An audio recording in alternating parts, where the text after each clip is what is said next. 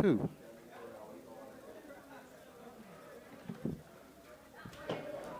And a pleasant evening to one and all. Yours truly, Trevor Thorne from Commentator Sports Incorporated. And we're here today, this evening, for the first of 2 over 35 semi-final Old Boys League Football Invitational Tournament matches, knockout version. So if you win, you go through to the final, and if you lose, you snooze all the way till next year. 2 semi-finals here this evening. This one bringing together Deighton Griffith, Old Scholars in the blue jerseys, blue shorts, and mostly dark-colored socks. And they're up against Carlton Age to Perfection, Carlton-ATP. And these players are all 35 and over. Tournament being run by the Barbados Invitational Masters Football Classic Committee. And we're in charge of this one, the local tournament. We're also in charge of the international tournament coming up the 26th to the 29th of May 2023. Just about a month's time, we'll be kicking off an international tournament with these types of players. But of course, much more international quality as well will come to join us. These guys are warming up for that tournament by playing in both a league and a knockout. This side is the knockout tournament. And in a couple of days' time, they will also play in a league semi-final and final as well. We're here today, and we'll likely, if we behave ourselves, come back on another day for more action. But at present, the kickoff, 0-0 the score. And as we get things rocking here,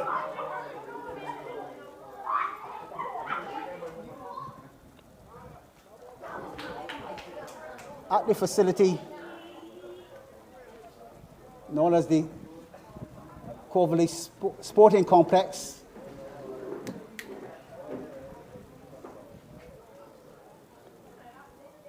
a bit of a equipment change there. Carlton will be kicking from left to right on your screens.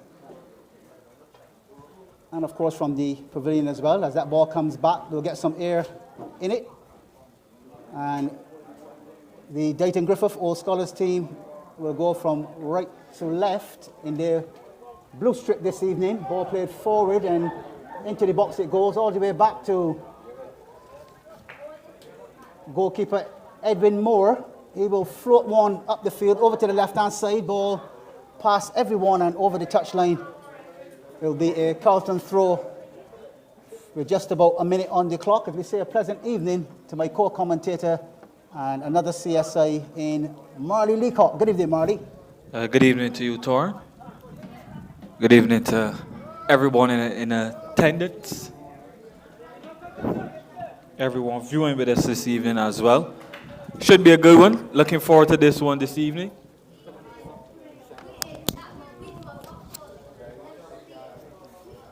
So just a minute and a half on the clock here.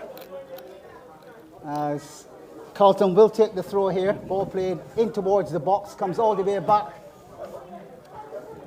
Looking for a far post ball. And Cody Mark in possession. Doing a lot of dribbling, floating one far side. Finding Maloney, can he put it across the box? He does so now, but that's over the touchline for a goal kick. And the first real salvo coming from the Carlton ATP Age to Perfection, Marley. 2 minutes gone, and they've gone down the left to switch it to the right and put it right across the box. But Maloney there run out of real estate on the far side, and it remains 0-0. Yeah, it was a good pass on that occasion, Trevor. As we see it come off the post on that occasion. Wow. So Carlton ATP doing all the running in these early goals, but it was a good ball initially. The player before just having a bit too much on the pass, and Mark wasn't really able to get it back across. But a good start from Carlton ATP, Trev. They're doing all the early runnings here. As we see Deighton Griffith just starting to get going. But quality players on both sides, like Sir Rantis Lawrence for Deighton Griffith. The Halls on the opposite side for Carlton ATP. So it should be a really, really entertaining one this evening, Trevor. Yeah, good stuff from Carlton so far. I think they've settled the fastest out of the two teams, but never discount the Answer Merchant Bank Deighton Griffith squad. It took them a little bit to get here, so he suggests that you need to pay them some attention.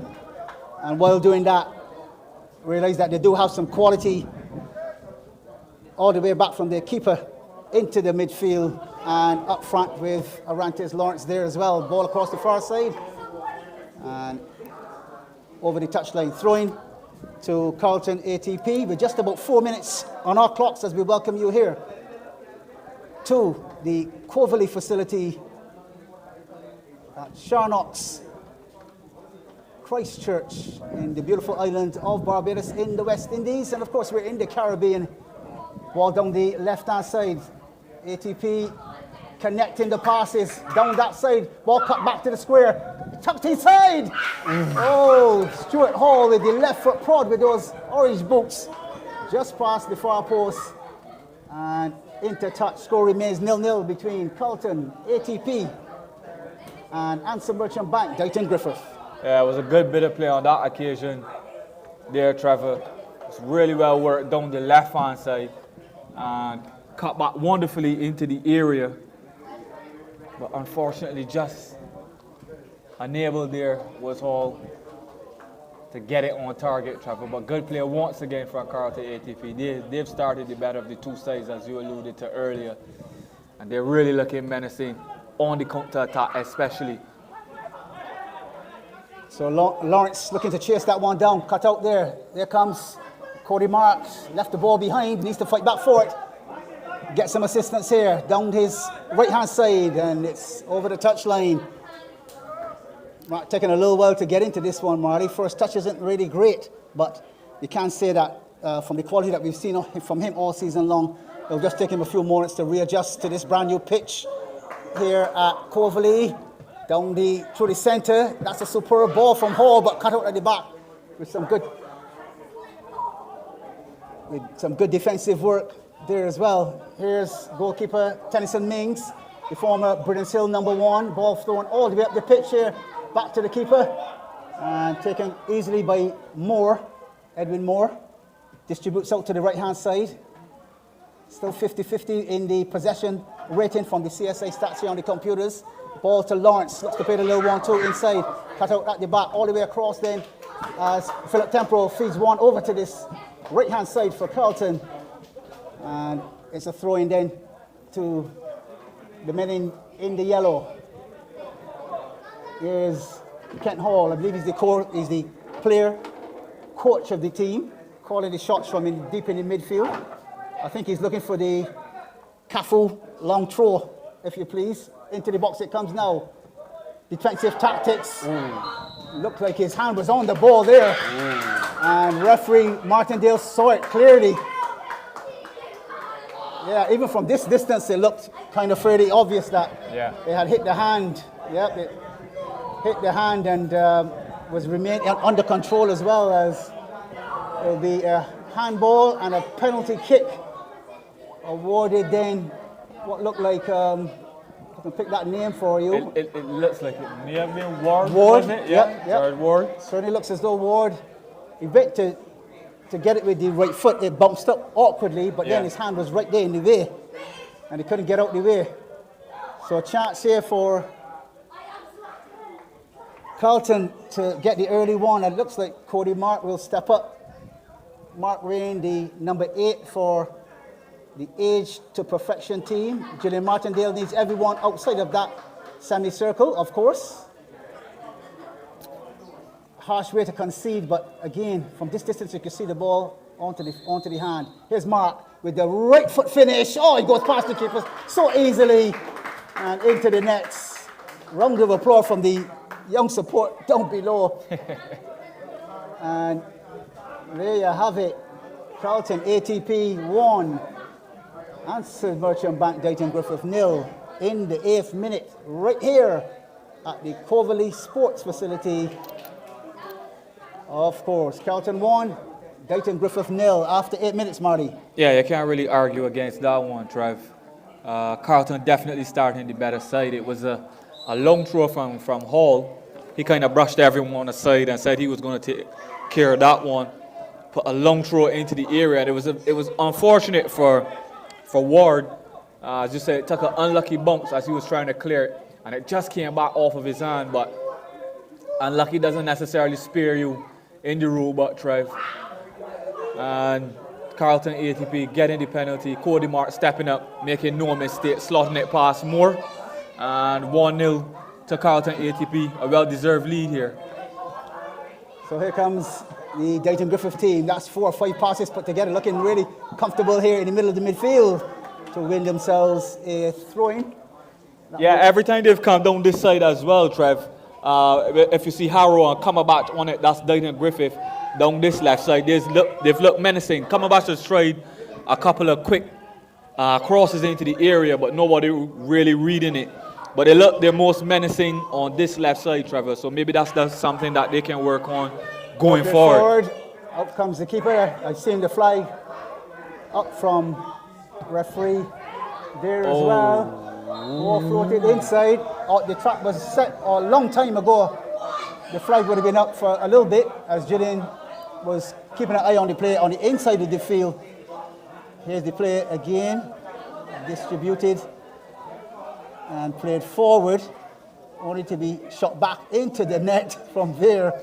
But there was already a flag up, possibly 5 seconds ago, which was then picked up by referee Tonya, in fact, assistant ref Tonya Dean on this near side, and then acknowledged by Gillian Martindale, the ref on the inside, the referee number 1, that would be on the inside of the field. So current score then, Carlton remain with that 1-goal lead over Deighton Griffith after 10 minutes. Stunning finish nonetheless, though, Trev. I didn't know that Philip Temple had that in him from 45 yards. I mean, no calibration or anything really, just looked up, saw the net open. Minimal back lift as well. Yeah, and tried it with the right foot from that distance. That's brilliant. Yeah. So they need to keep an eye on him. He's playing on a left wing position today. Normally plays a solid wing back. Yeah. But he's showing me real versatility here on that left-hand side. Ball again into the box. Defensive heads go up. And the second bite at it as well. Into the midfield. Collected by Cody Mark with the right foot volley. Just past the near post. 10.5 on the clock. And Charlton signaling their intent to get to this final, Marley. It's the first final in 35 history in the island of Barbados, and Carlton want to write their name all over the history book here. Yeah, you definitely want to be writing your name as the first ones to get into that final in the inaugural competition, Trevor. But another interesting point here as well, maybe the advent of Moore being in the bars for Deighton Griffith. He's normally a guy that plays out. He's normally an outfield player, Trevor. And that's something that I'm sure the Carlton-ATP side will be well aware of it. And that's maybe why you see them taking a lot of pop shots from distance as well too. You see Mark rifling one from about 30 out just now as well too. So he'll need to be on his P's and Q's here as the Deighton Griffith side try to claw their way back into this one, Trevor. Yes, definitely on here. But what the Deighton Griffith team have to ride upon, Marty, is that whenever they get a chance, you're seeing 4 or 5 passes being put together in the midfield and decent stuff. Shot coming in! Oh, just wide of the mark from Burrows, it looks like from there. Nice little 1-2 played. Yeah. And then the driving and rasping right foot just past the far post on this occasion.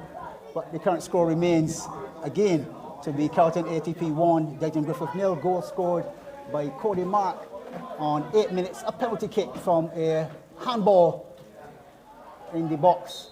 And we make it Ward would have put his hand somewhere near that ball. Ball flicked up and touched it. And he remained in control of the ball as well at that point in time. And from that resulting penalty kick, he finished. And Cody Mark with his name on the score sheet already, getting in the wars there just a bit as the two teams get accustomed to this facility and the surface as well. And we're just about 13 on our clocks here. Carlton with the 1-0 lead over Deighton Griffith. Yeah, Deighton Griffith are still well in it, as you alluded to, Trev. They're playing pretty well, especially in transition from defense into midfield. It's just that final pass when they get into the final third that seems to be eluding them at the minute. Arantes, Lawrence, and Cohen fully into it just yet, but we know how lethal he can be. So he doesn't necessarily need to have the most opportunities in order to get Deighton Griffith back into this game. But they've played pretty well, reasonably well, leading up to this point. Carlton-ATP leading. But as you said, Thorne, they've been knitting a couple passes together and looked menacing throughout this first half. So as long as they can stay in it, there's always a chance for them. Yeah, sure he is. This is Kent Hall looking to do the damage here from 45 yards out with a long throw into the box. It go flicked on, but taken cleanly by Deighton Griffith's goalkeeper in Edwin Moore. As you said, getting into the chairman, Mr. Melvin Ibo Oxley, flying about 4,000 miles away to come in this morning, and straight to work he went, creating a superb video during the daytime that made its round around the social media and set the place alight. All 11 parishes responding. We'll be there, Trev, as Oxley invited them up after having paid a lot of attention to this pitch to make sure it's in pristine condition for the game. The type of rain that would have fallen over the last couple of days, Marley. Yeah. This pitch is a miracle that it stands up this well. Definitely. And for Bimfc, this is the way we want to operate. We want to search through the length and breadth of the island to find the surfaces that are conducive to good Masters football. Arantes launched with a shot there as we attempt to just tweak a few things on our visual side. And that's where the cameras are on the faces of Marley Leacock and of course yours truly, the chairman shaking your hand and not even give me a fist bump. Respect you though, sir. But I've seen him a couple of times before, no problem. So ball across the box from the corner kick, an attacking header. Defensive clearance from Kent Hall, not very convincing, out towards the edge of the box, onto that right-hand side. Deighton Griffith pressing for the all-elusive Eagle Saber, cuts past one, will get towards the 18-yard box now, looks to float one with the right foot, inside the box it goes, out comes Mings, and takes it cleanly. In the Raiders jersey and those black slacks this evening, Marley. It probably won't be clean by the time he's finished with that. The amount of mud he's going to be expected to dive across this evening. But of course, he's doing it for the team, and he's doing it also to get to the final. Ball inside from Maloney this time, Sean Maloney, and cut out very cleanly at the back with some good defensive work from the Deighton Griffith lads as the likes of Adrian Harrow gets involved at left back and clears his lines into the middle of the midfield. Here's Arantes Lawrence, far side ball, sets free Troy Blackman, but Blackman runs out of real estate on that far side here at Coverly, and the throwing then will be to the Carlton-ATP all the way back at left back position here. They'll play nice and slow, methodical build-up from them. And what do you expect when you have a coach like a coaching instructor in Barbados? Kent Hall, left foot, shot coming in and getting closer, but not close enough as Andrea Cumberbatch launches the left foot half volley, and it eases past the post. We've got some very enthusiastic spectators down below here, all below 12 years old, I would suspect, Marley, but these are going to make some good footballers, I would suspect, the way they're cheering on. Every single kick, free kick, set play, you name it, they're all there. Here's Mark, twisting and turning, trying to find Kent Hall wearing the number 5, and the ball over the far side, this time finding Troy Blackman for the Deighton Griffith team. He can't control it over the touchline. Kent Hall with the resulting throwing. Down the line it goes, cut out at the back, in towards Philip Tempro. Again with the left foot shot, and that one off the defender last. Third corner kick, I believe it is, if not the second for the Carlton ATP 35s. And they're squeezing it, Marley. 25-minute half, and so far 3 corner kicks compared to Deighton Griffith's 1. And a goal to boot as well suggests that they're going for the jugular from the very beginning. Yeah, Deighton Griffith pressing really hard in the latter stages of this half, Trev. Carlton ATP still holding up very well. I've been impressed with how compact and how well they've defended. But Deighton Griffith, kudos to them as well. The likes of Cumberbatch, he's been lively, taking a couple pop shots that have flown just wide Arantes Lawrence having a header just blocked on the line in a resulting play as well too. So they've been dangerous. As we see this one flash across goal. Lawrence tries to poke it through the legs to get the ball back as well, but can't. And the ball up the left-hand side. 19 on our clocks here as we welcome the YouTube streamers. Ball play through the center. As we say pleasant evening to Madame. She's in the house in this evening as well, 18 and a half. And with it, the 1-0 lead still in the hands of Carlton-ATP. The ball stopped because free kick, I believe, to the Carlton team on that left-hand side. 90 minutes on the clock, Marley. Soon towards the half-time, the usual commentary and question will come.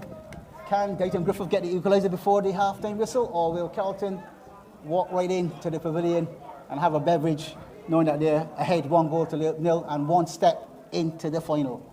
That's a tough one, Trev. That's a tough one. I'm not sure if I can put my neck out on the limb and say that they will get it before the half, but what I can say is that they've looked good. They've definitely come back very strongly in this first half.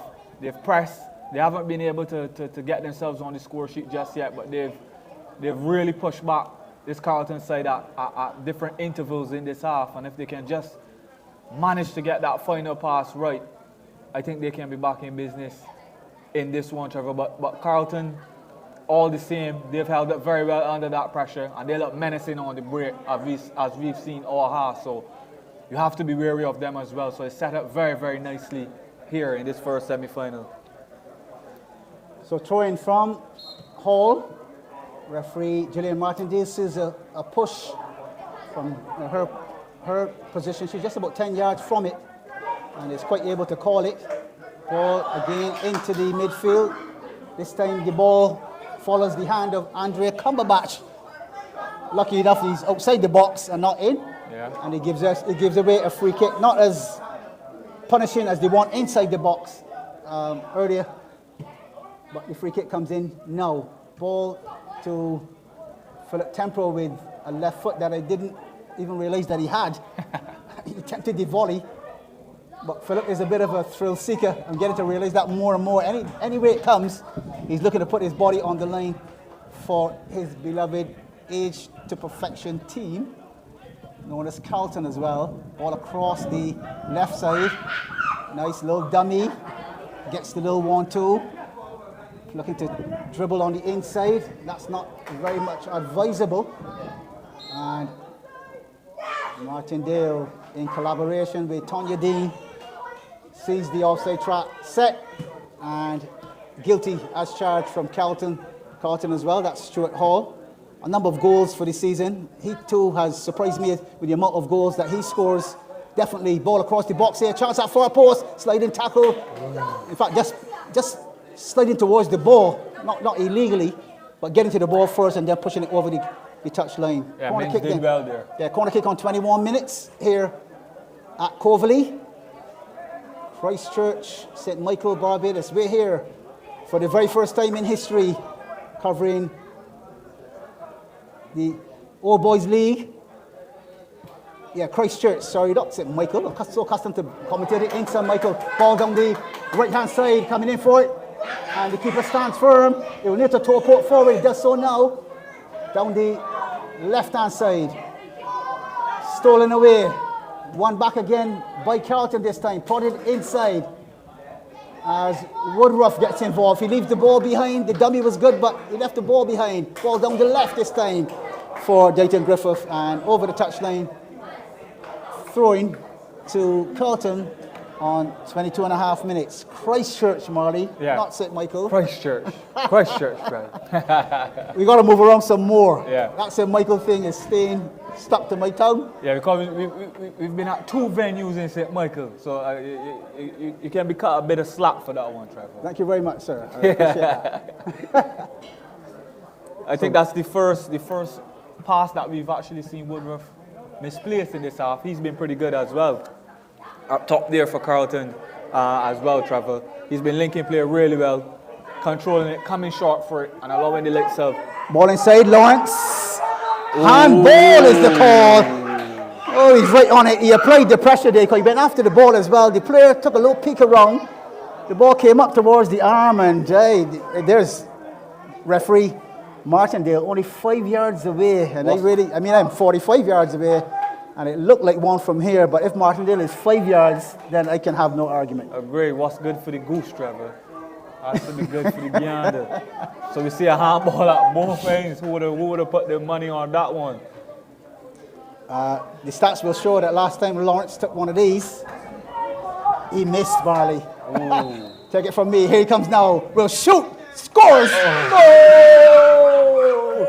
Arantes Lawrence on the score sheet after 24 minutes. 1 apiece. Deighton Griffith 1.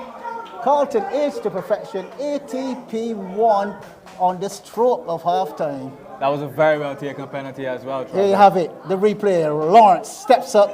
He fakes to go to the left of the keeper. Mings goes down to the left. Lawrence has the smartness to flick it over to the right-hand side and celebrate. Yeah, really short run-up. Very, very quick run-up. Before Mings could even set himself, he had it slopped into the bottom left-hand corner. Top penalty from him. And we're all square. You'd have to argue based on the balance of play, Trevor, that that's a fair result. Because both sides have been very good in this first half. And both of them have knit together some really nice attacking sequences. And have each put either side on the back foot with some well-exerted pressure. So it's been a wonderful walk so far. You know, sometimes semi-finals and finals can be cagey, Trevor, but it hasn't been the case this evening. It's been a well-contested affair and a brilliant walk so far. So again, the ATP team looking for those passes in the inside right and inside left channels, but we won't get any more, Marty. We'll be spoilt for some action here. I think it's time for a beverage or two. That's our side, but of course the technology side, and of course we need to pay the bills. And therefore, I believe we're going to go directly to those ads and try to make a little bit of change, that we won't have anybody coming and knocking on our doors tomorrow morning for their fees.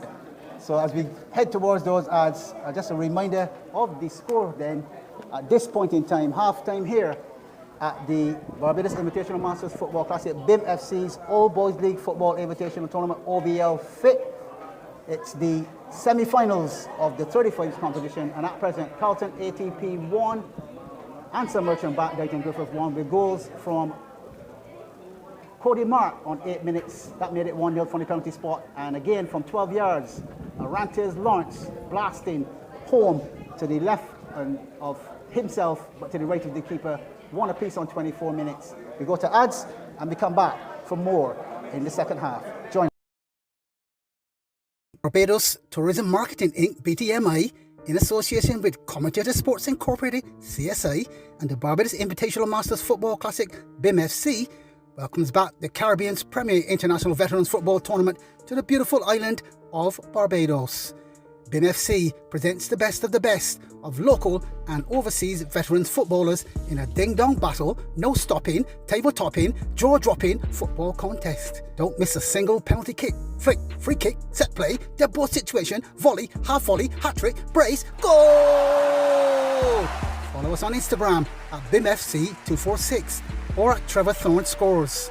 On Facebook, visit Barbados Invitational Masters Football Classic and find us on our website at www.bdsmfc.org for all tournament details.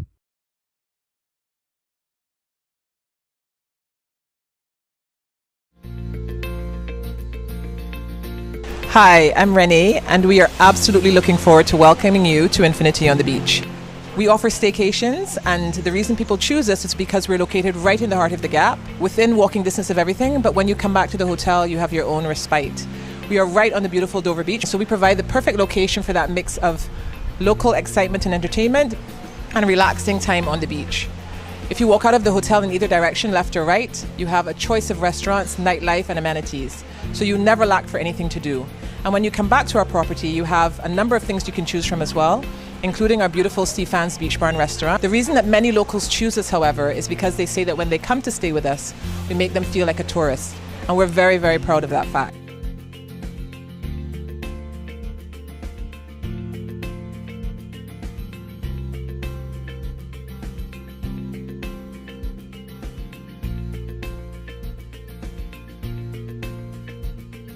So please, when you're looking for somewhere to spend that relaxing weekend getaway, we invite you to come stay with us at Infinity on the Beach.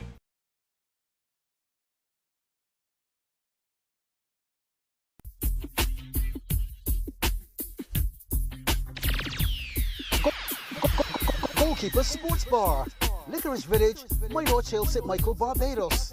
Telephone number 427-3168. Mobile number 826-0137. Lunchtime, Monday to Saturday from 11 a.m. On Wednesdays, cow heel soup. Fridays, meal cuckoo. Saturday mornings, sauce. Friday night, karaoke starts at 8 p.m. The Goalkeeper Sports Bar, 427-3168 and 826-0137.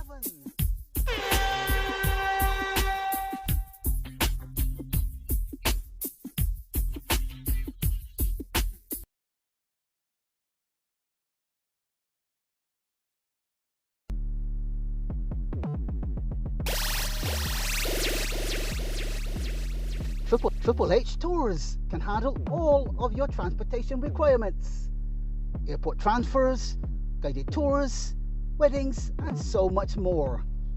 Whether you're here for business or here for pleasure, cruise through Barbados using this punctual and reliable service that exhibits reasonable prices. Call 1-246-234-0683 or 1-246-261-6701 or email dhunter_9@hotmail.com to guarantee an eloquent experience. Triple H Tours. Triple H Tours.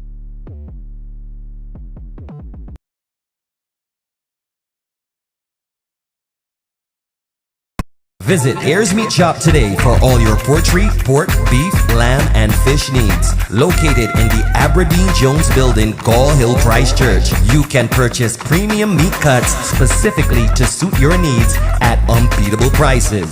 You can also find us in the Glebe St. George and home delivery available island-wide. You can reach us at 256-2565 or 256-2629. Ayers Meat Shop.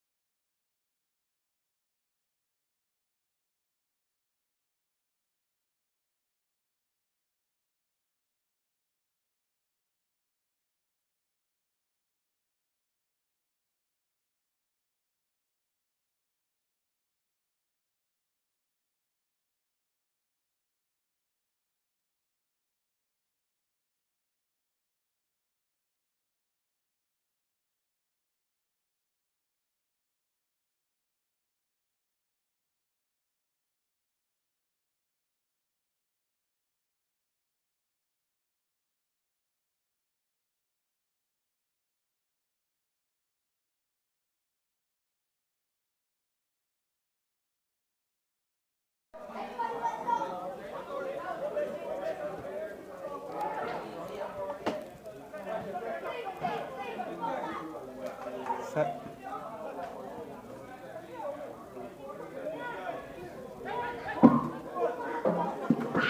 as we rejoin that live coverage, ball of force the far side as the Deighton Griffith exercise. Some good midfield play there, Marley. And Andre Cumberbatch with the left foot shot, got just wide of the mark after just about 27.5 minutes here as we come all the way back to Coverly-Charnocks in Christ Church.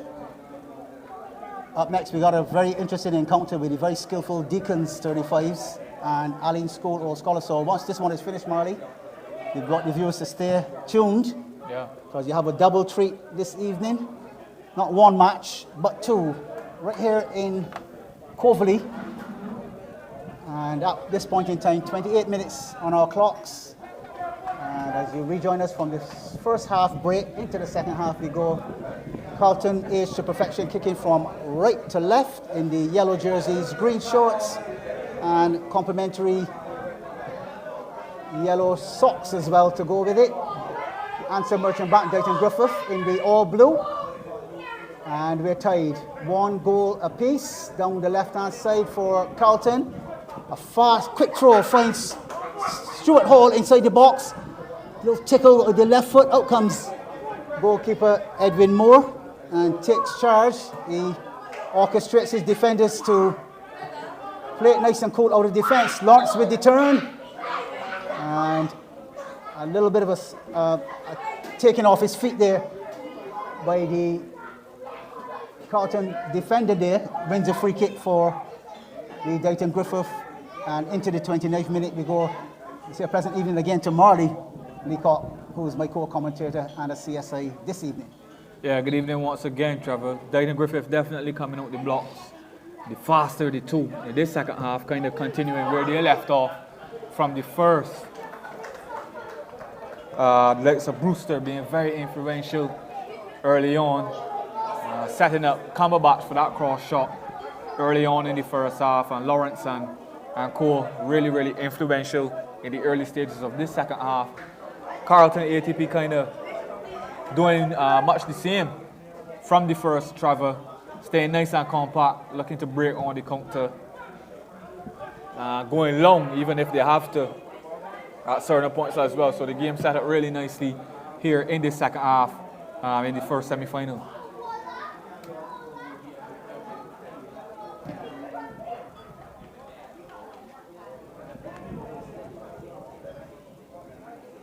So ball over the touchline, and Carlton will take the resulting throw-in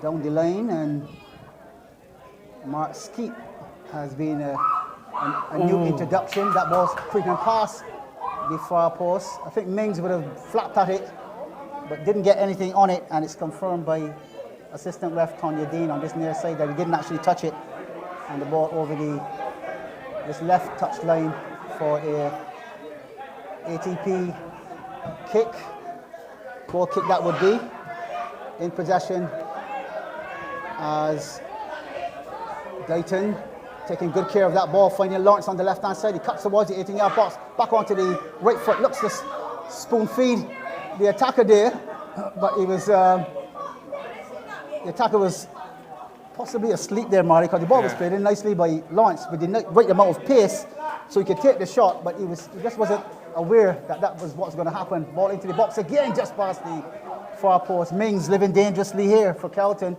but again, Deighton Griffith not taking full advantage of the chances that are coming their way, Marty.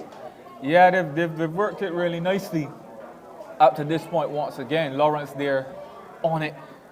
Maybe second guessing himself, maybe could have taken it on, continued to go to his left, and maybe gotten the shot off in the end. Decided to pass, and in the end it was neither 6 nor half dozen. In the end, Carlton able to come back and cut that one out. But they're definitely seeing more of the possession in this second half as we see them in it once again. That's goal number 2, Trev. Goal number 2, that's Lawrence again, displaying a brilliant amount of skill.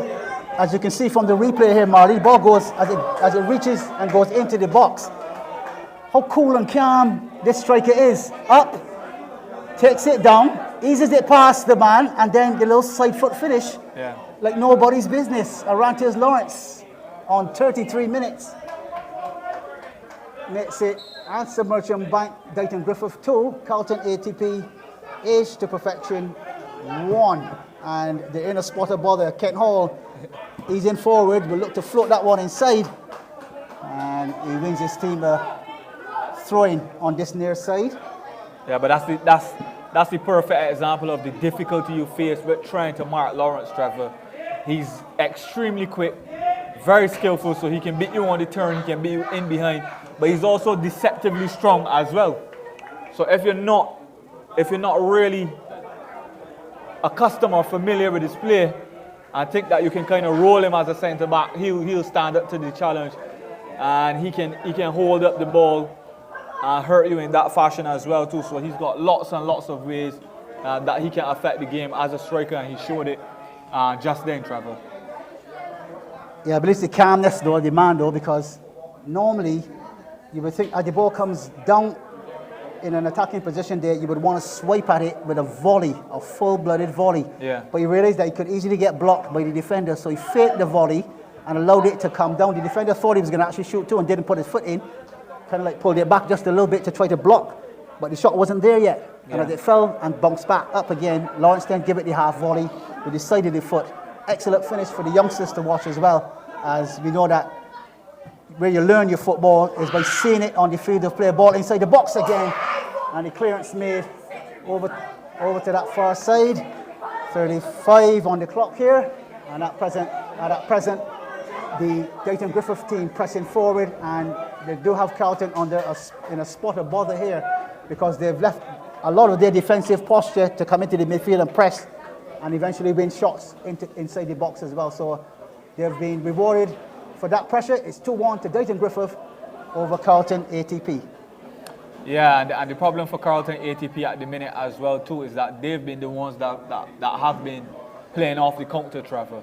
So they've been the ones that have been looking to sit deep, kind of hit the Deighton Griffith side off the. Since Deighton Griffith have come back into this one and have not only got themselves back on level terms, but actually got themselves into the lead. That's going to really make the Carlton side have to change their game plan going into the final minutes of this one. Yeah, super ball, eases its way past the man there. That's a super ball as well from Advantage Lawrence. Player of the match for this particular moment. Far side, floated ball to Lawrence to finish.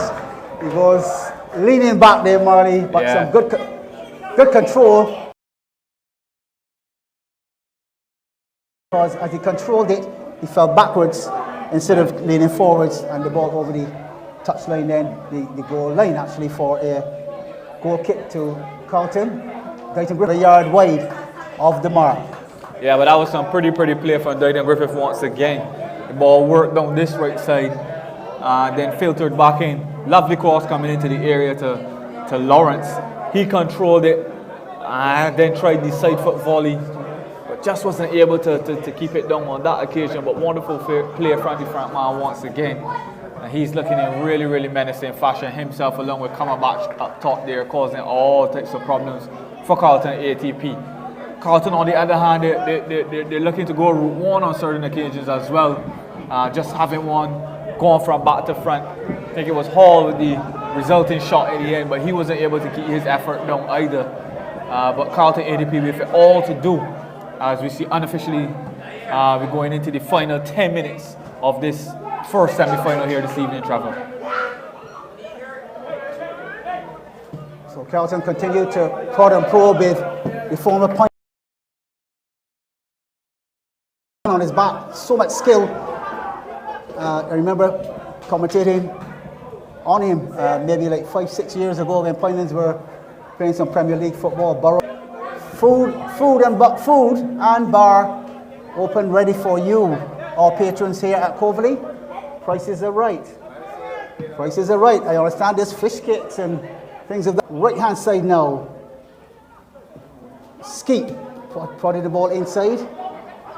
Away with some good defensive work. There's Burrows again with the nice little short pass. Miscued pass back. There's Lawrence, pass one, a clean pair of heels, balls across the box. Chance here! Yes! There it is! 2 goals apiece. Excellent stuff. Watch as we hit you with the replay.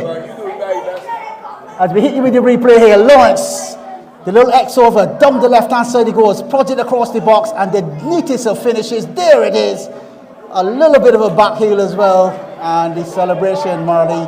The men in blue are back. It's 2 apiece. And celebration back, Deighton Griffith 2.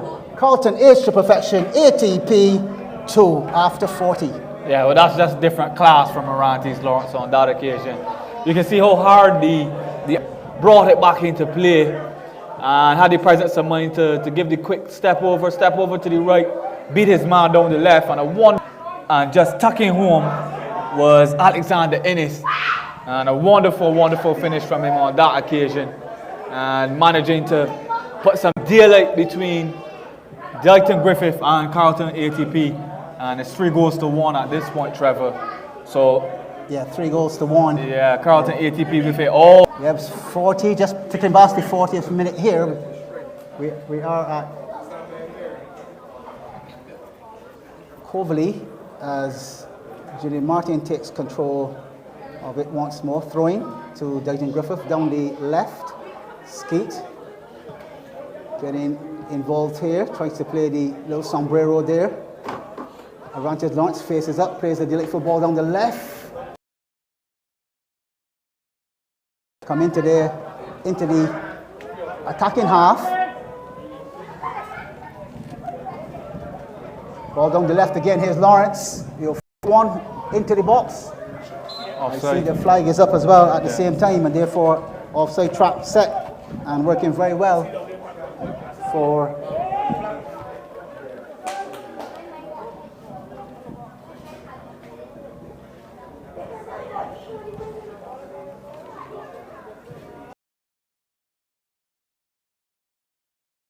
box there as Mings comes to the rescue. Left hand side. Oh, yeah. And there's a reason, and that reason has to be the 18-yard finish, this time by Answer Merchant Bank. Deighton Griffith are running away with it. It's Deighton Griffith 4, Carlton Age to Perfection 1. Yeah, it was really good play from Burrows initially as well too. He managed to save it down this right hand side. Play a really good pass into the middle, and after that it was then teed up for Ennis, arriving at the top of the area, and it was a delightful finish from him, Trevor. Really, really well controlled and well executed finish, right for the finish at the top of the box there. And Deighton Griffith at this point just oozing class. Carlton-ATP were arguing for a handball initially in the build-up to that one. Referee Martindale waved it away, and I'm sure they wish that they would have continued playing, Trevor, because it resulted in a delightful curling finish to Mings' right. And at this point, it's all Deighton Griffith, and they're waltzing their way into this final, Trevor. So an inquiry is going out if there's any Ross University students in the house. Oh. If you're here, you can make your presence known. We want to say a pleasant evening to you, because we understand there are at least a couple having a little look onto the game. They come to support the teams as well. And at present, the Deighton Griffith team in the blue leading 4-1 over Carlton Age to Perfection ATP. On just about 45 or so minutes is Burrows again. Gives away possession. Mark Skeet showing a clean pair of heels down the right hand side. Looks to float this one towards the inside. Chances gone a begging though. There's Maloney with the clearance into Kent Hall. Prods it inside. He finds Lawrence instead of his own man. And we've seen Ennis backing into the defender there, looking for his hat trick, I would think. But good defensive work, puts the ball over the touchline. And we're just about 45 on our clocks here.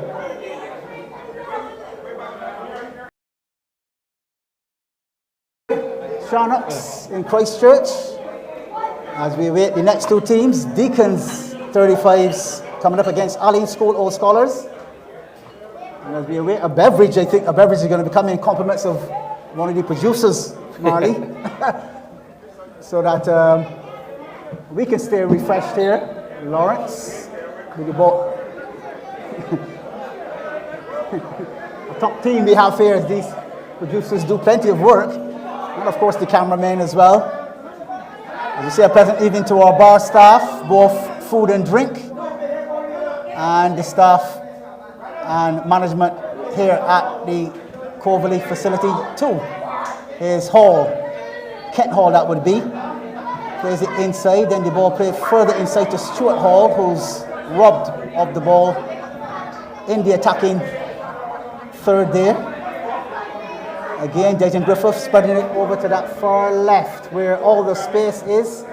The ball played back into the center to Lawrence, who controls with one foot, does a fancy sombrero, and then tries to deliver the pass inside to a man that's looking to get his hat-trick in, Alexander Innes, but the ball, the Coverly facility here in Charnocks-Christ Church, Barbados. 4-1 the score. Deighton Griffith 4, Carlton-ATP to perfection. The same way that they were able to do so in the first half, Trevor. First half, they were able to get Woodruff and others into it, where they were able to let Hall and Cody Mark and so on link the midfield and defense into the attack. This second half, Deighton Griffith has really come on strongly, and they've really pressed the Carlton-ATP side higher up the field, Trevor. Haven't allowed them to get decent possession up the field, and they've really just placed them on the back foot and gone from strength to strength. So I'm sure they'll look back at that one and wish that they would have been able to assess it a bit earlier and see where they were going wrong, and maybe make a tactical change and exert some more pressure on this Deighton Griffith side.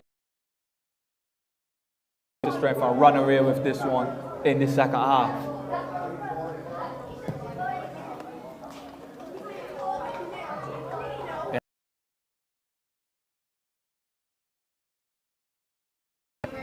Deighton Griffith with it all but sewing up. A brace in the end from Innes. Rantis Lawrence on the score sheet as well.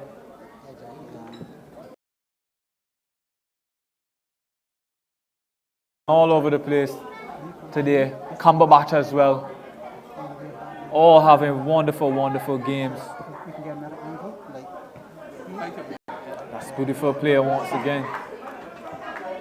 Deighton Griffith just oozing class in this second half, especially running away with.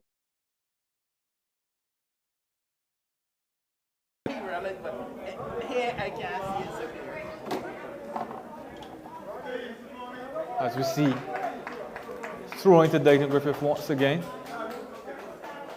Burrows on that far side.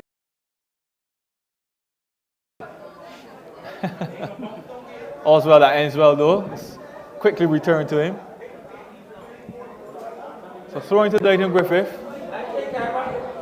As you see, Burrows walks over as Carlton gets restarted with the goal kick. Ball is quickly cleared to Hall, this far side. Ball played up top. Managing to track it down. That's well played. Back to Woodruff. Inside into the feet of Hall, but he isn't able to link with his attack on that occasion, and it runs harmlessly into touch for a goal kick for Edwin Moore and Deighton Griffith. So goal kick to Deighton Griffith. Moore surveys, gets us restarted down this right side. Wonderful take from Lawrence, beautiful skill from him. Plays the leading ball, but no one's there. Carlton-ATP back on it. Ball.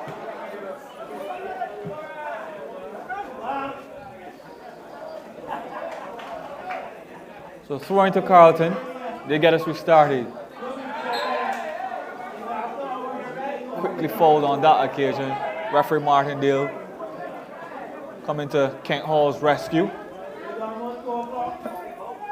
She blows the free kick to the St. James side.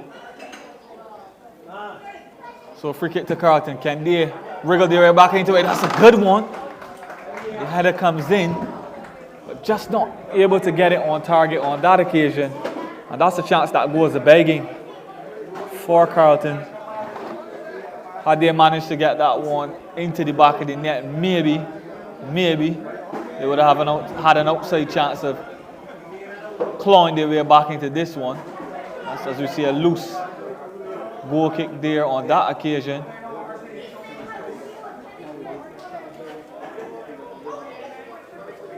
But nothing doing. And it's a goal kick to Deighton Griffith once again.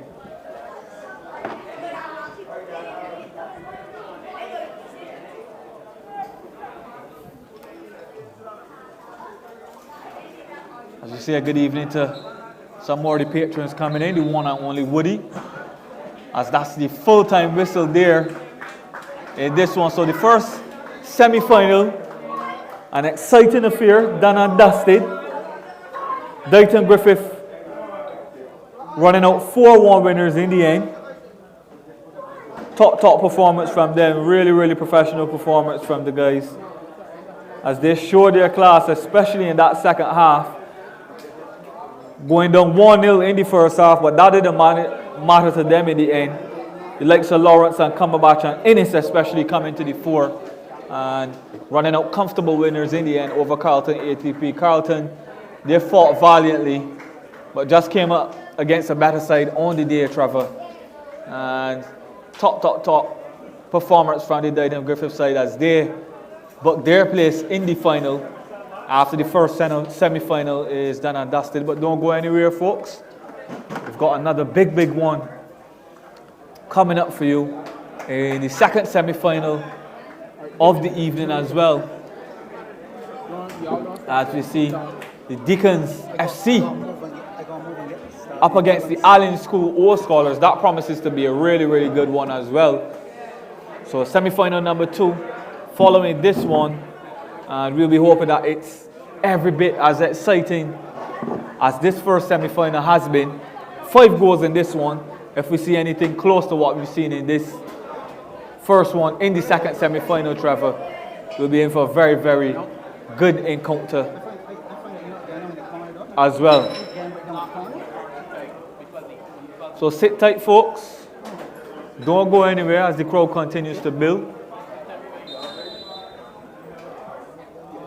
Yeah, when you're ready, Jay, you can go. Refreshments at the ready. Are you ready now? Yeah. As we'll go to a couple of ads, pay some bills, and get you ready for the second semi-final here in the over 35s. Barbados Tourism Marketing Inc. BTMI, in association with Commentator Sports Incorporated CSI and the Barbados Invitational Masters Football Classic Bimfc, welcomes back the Caribbean's premier international veterans football tournament to the beautiful island of Barbados. Bimfc presents the best of local and overseas veterans footballers in a ding-dong battle, no-stopping, table-topping, jaw-dropping football contest. Don't miss a single penalty kick, flick, free kick, set play, dead ball situation, volley, half volley, hat-trick, brace, goal! Follow us on Instagram at BimFC246 or at Trevor Thorne Scores. On Facebook, visit Barbados Invitational Masters Football Classic and find us on our website at www.bdsmfc.org for all tournament details.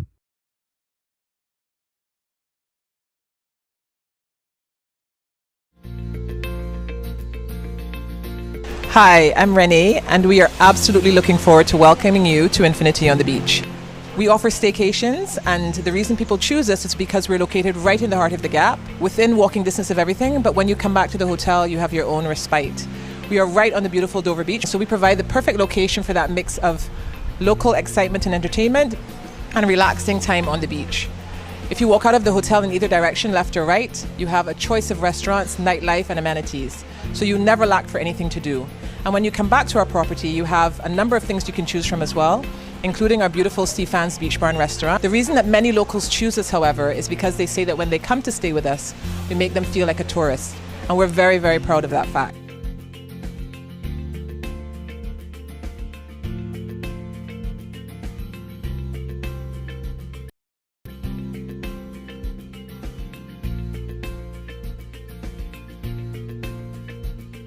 So please, when you're looking for somewhere to spend that relaxing weekend getaway,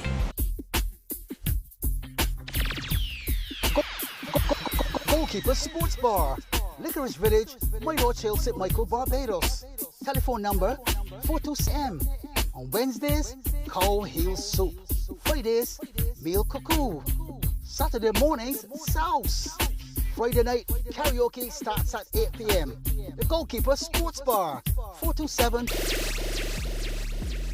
Triple H Tours can handle all of your transportation requirements. Airport transfers, guided tours. Call 1-246-234-0683 or 1-246-261-6701. Experience Triple H Tours. Triple H Tours.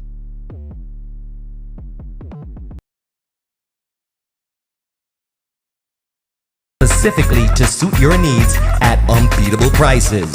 You can also find us in the Glebe St. George and home delivery available island-wide. You can reach us at 256-2629 Ears Meat Shop.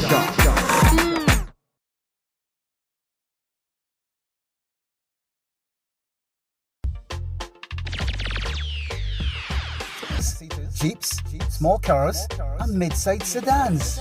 From as low as $78 Barbados daily. Special conditions apply. They offer free pickup and delivery. Fully loaded vehicles. Visitor rent.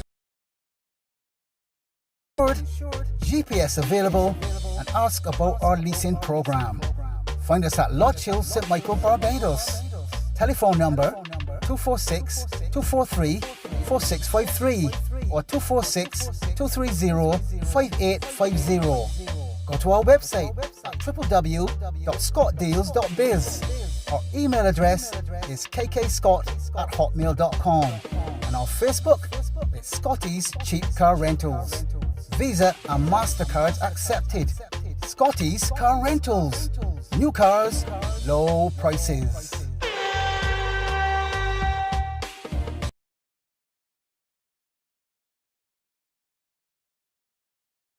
This week's Sweet Vibe Music Show on Hot 95.3 FM is powered by your favourite football legends, Melvin Ibo Oxley, Trevor Thorne and Julian Annell, and the crew at the Barbados Invitational Masters Football Classic Bimfc and the Old Boys League Football Invitational Tournament Obl-Fit for every single kick, free kick, set play, dead ball situation, volley, half volley, hat-trick, brace, goal! Visit www.bimfc.org.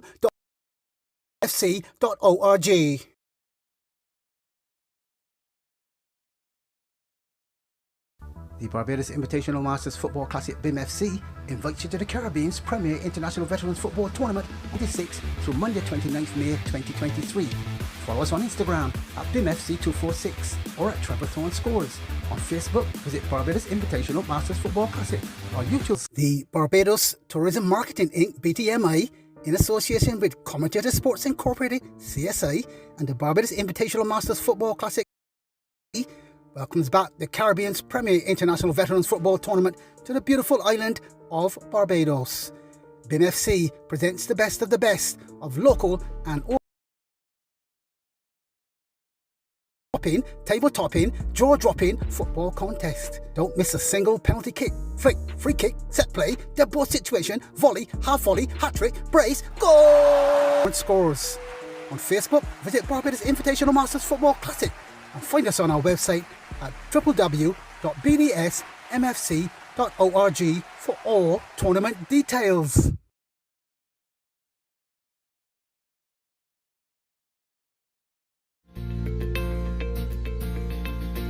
Hi, right in the heart of the Gap, within walking distance of everything, but when you come back to the hotel, you have your own respite. We are right on the beautiful Dover Beach, so we provide the perfect location for that mix of local excitement for anything to do. And when you come back to our property, you have a number of things you can choose from as well, including our beautiful Stefan's Beach Bar and Restaurant. The reason that many locals choose us, however, is because they say that when they come to stay with us, we make them feel like a tourist. And we're very, very proud of that fact.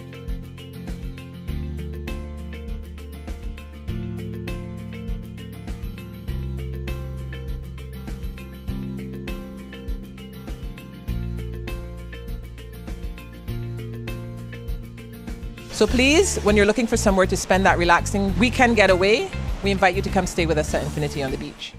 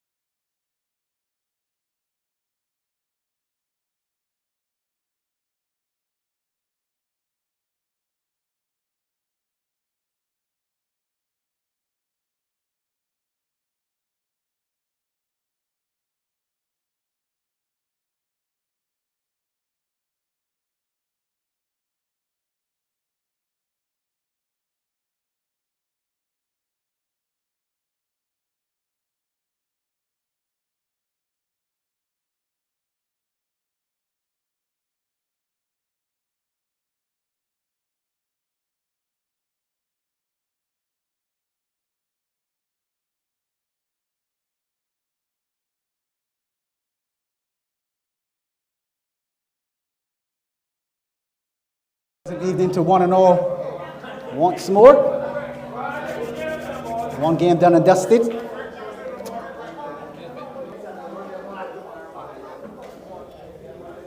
And Carlton age to perfection.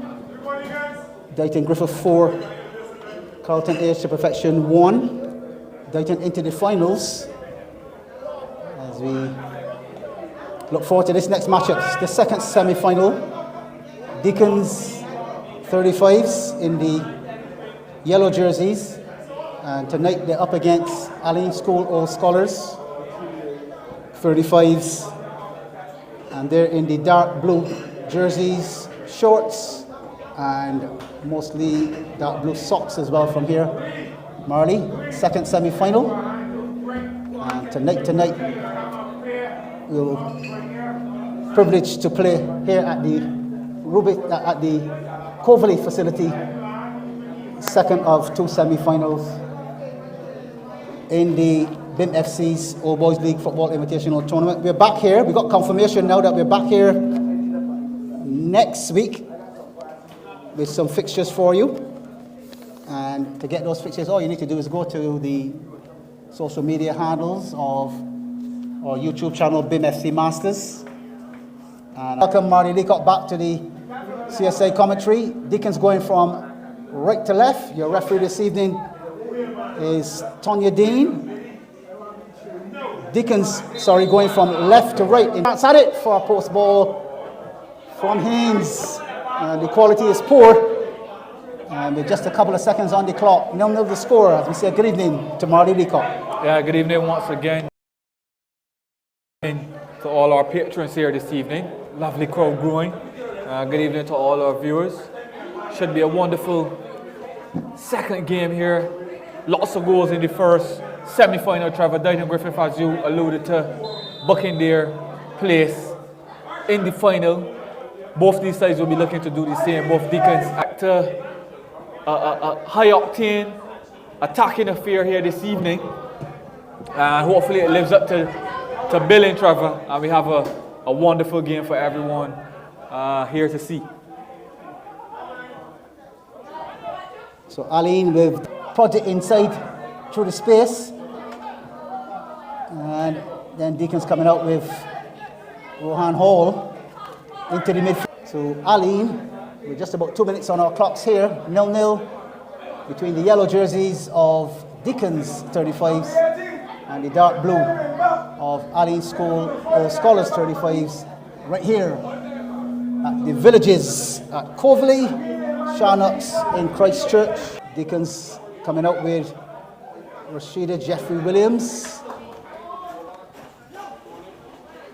Plays a short ball down the right, and then on the clock.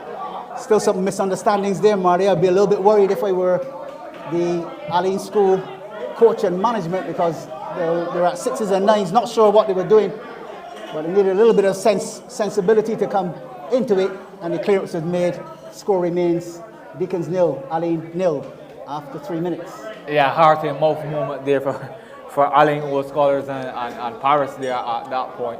Did well in the end though, managed to judge it well in the end, but he was miles off his line, so any mistake there could have been lethal for the Alleyn School All Scholars on that occasion, but all's well that ends well for them. Deacons definitely started the better of the two sides though, looking much more settled in their passing game. It's a very, very brisk start. Into this space, maybe not even deep into the first half or early into the second, but you never know. As we see Alleyn get it restarted here once again, but a high octane start from both sides. Deacons definitely settling the better, as I said, of the two sides, but Alleyn, to their credit, not conceding just yet, and it's shaping up to be a good one, Trevor. So Alleyn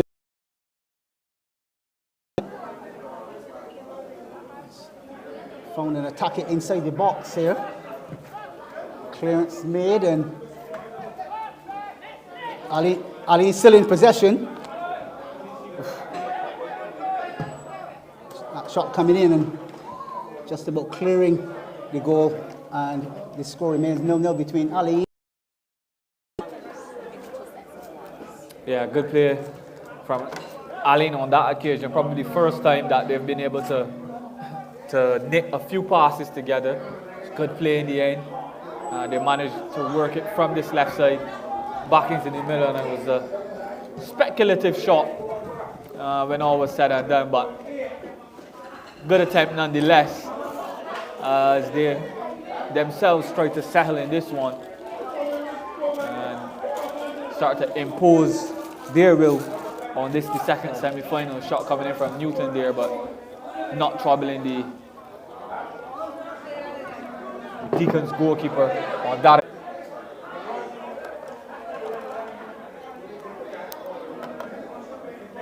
So just about 5 minutes into it, Marley. I think the pace is starting to slow just a little bit. Both teams off to a very quick start. Yeah. As you said, just a Scotsman would say, just a wee bit, teeny little bit slowing down now, but because they're just about catching their breaths. But I'm sure if it deploys to get the first goal. Yeah. With the pitch playing the way it is, playing nicely, but it's brand new. Yeah, definitely, Trev. The first goal in these kind of encounters, as you know, is huge, it's massive. And whoever gets it, they tend to get that extra bit of confidence, tends to settle the nerves that much more. And you're able to kind of use that as a springboard going into the latter stages of the game. So yeah, definitely both sides will be hoping that they can be the ones to get that first goal and really affect the game positively. As we see Deacons make their way down this right hand side and able to really put a telling cross in on that occasion. That's where held, and the Alleyn School get it restarted. Alleyn School seem to have settled a bit better now.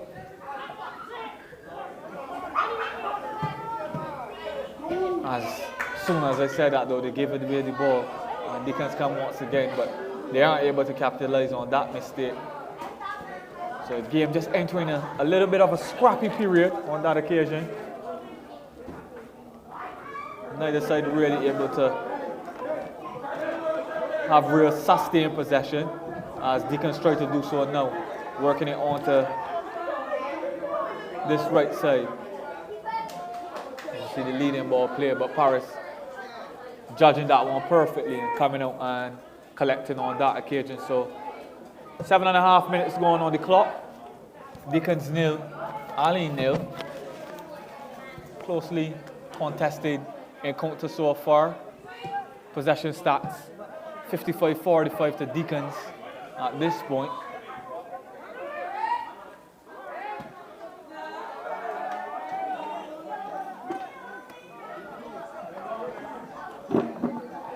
As we see Newton attempting a snapshot on that occasion, but he isn't quite able to trouble the keeper.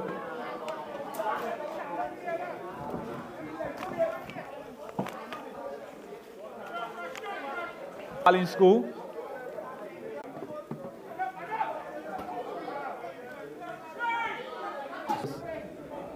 And the resulting shot coming in, fizzing over the bar.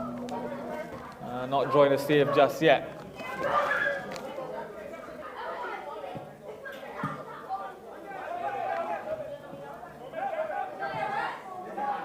So back to that running commentary, Marty.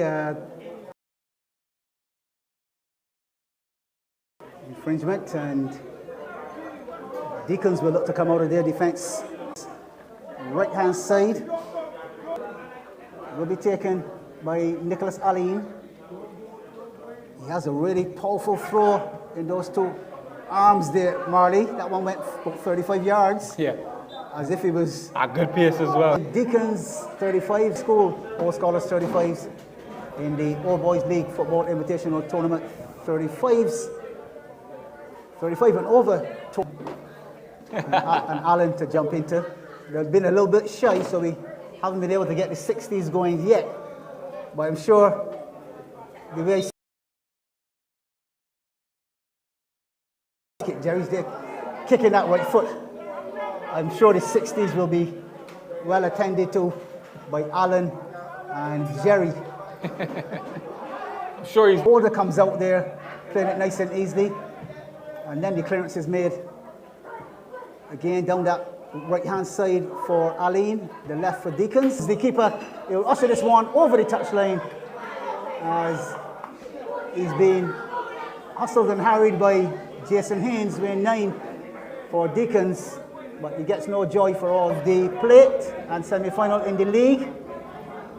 At present, we're in negotiations and almost complete. That we'll come back here next week, choose 4-6, and of course Trevor Thorne scores, and those fixtures will be published very shortly. We recognise that we have reggae on,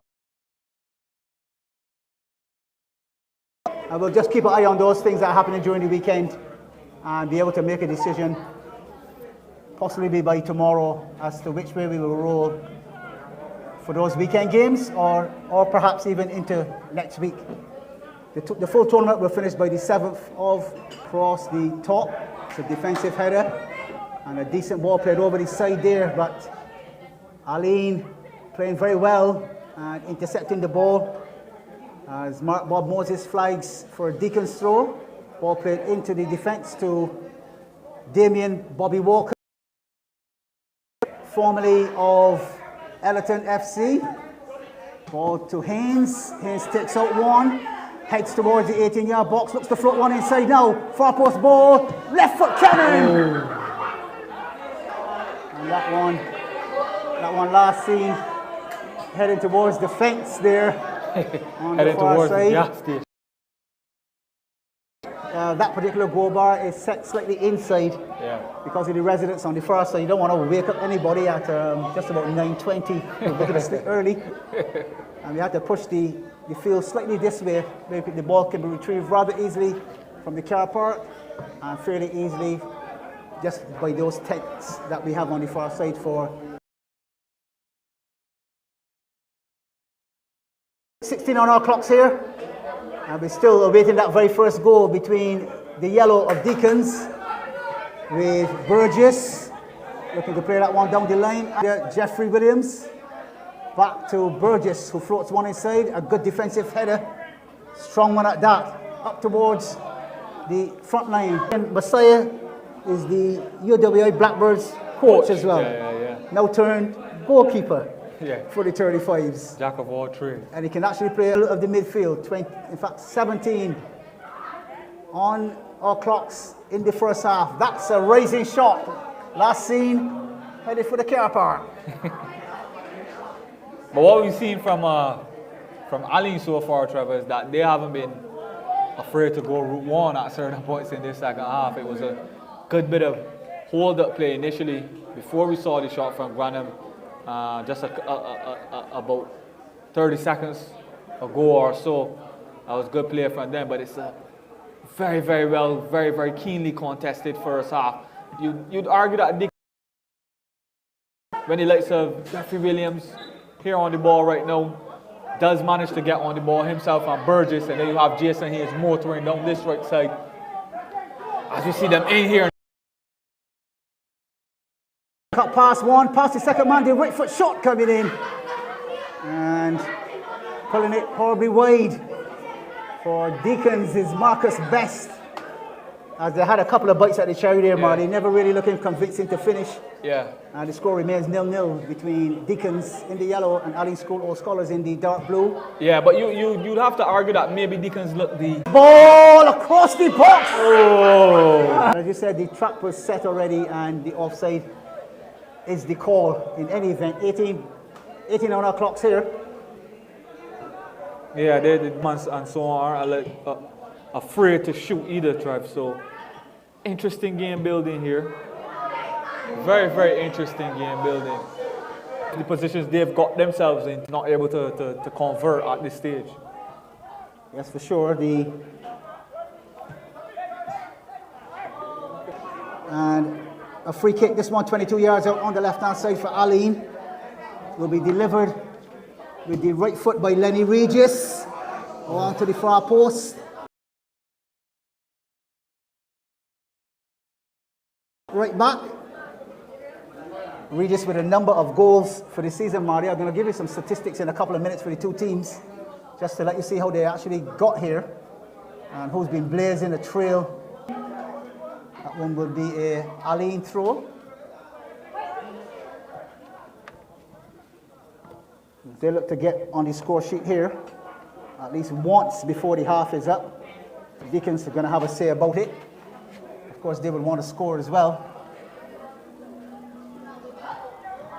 Clearance made. Some good defensive work. That one over the fence. I believe the chairman is doing some ball boy work onto over on it. the far side. Chairman is onto it. Not just doing the negotiating for contracts and sponsorships. Ooh. He's also fetching the balls as well. He's making sure that players were started quickly and seamlessly over on that far side, as he's already retrieved that one that went over the line just a couple of seconds ago, Trevor. So he's on it.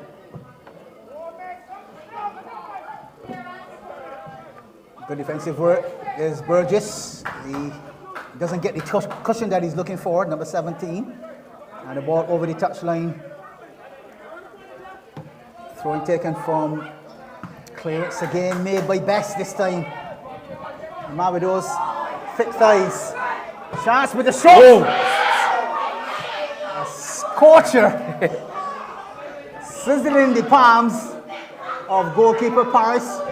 But Paris, good enough and brave enough to stand behind it, Marley, and put both hands there. And he's not even showing any effects from it. A keeper like me would have been looking at my palms to see if I still had fingerprints left. But 22 on the clock, and a free kick then to, well, will it be a drop ball for one of the two teams to take? Yes, it will be. The ball may have hit the referee in the process. Yeah. And therefore, Norm, you know, the new restart says Has to be a drop ball for the team that had the ball last. At one time, you would have this case where two players would come together and contest it, but no need for that when you know exactly who the ball came from first before it touched the referee, perhaps then. So here's the clearance now. Deacons are in possession with Marcus Best. The back heel didn't work out very well for Marcus there, and he'll live to fight another day. Throwing to Alleyn into the midfield, prodded forward. Burgess in possession. Will look to float it inside intelligently. Out comes keeper Paris.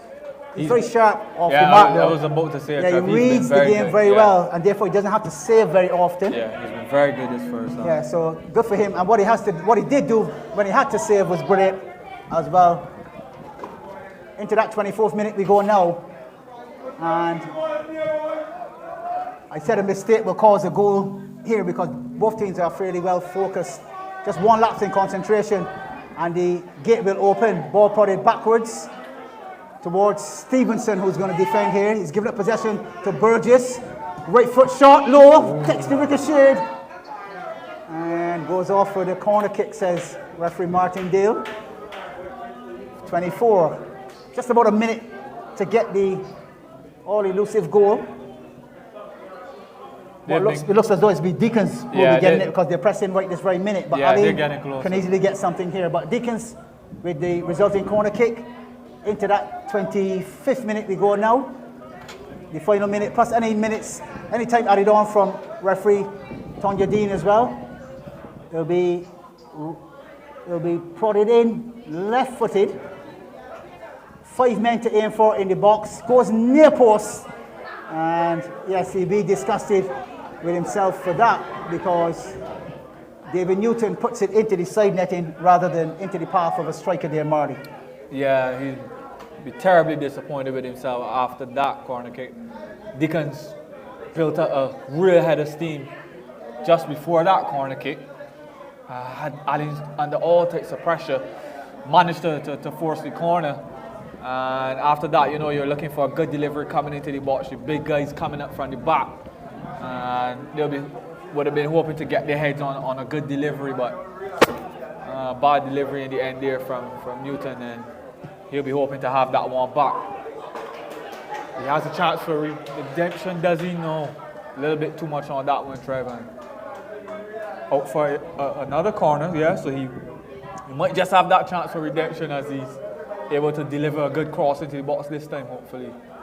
Yeah, just about, I think that's the fourth or the fifth corner for Deacons at this point, and if it was to be decided by corner kicks, then they have the best chance of getting a goal, because Alleyn haven't had very much going on the other end. No.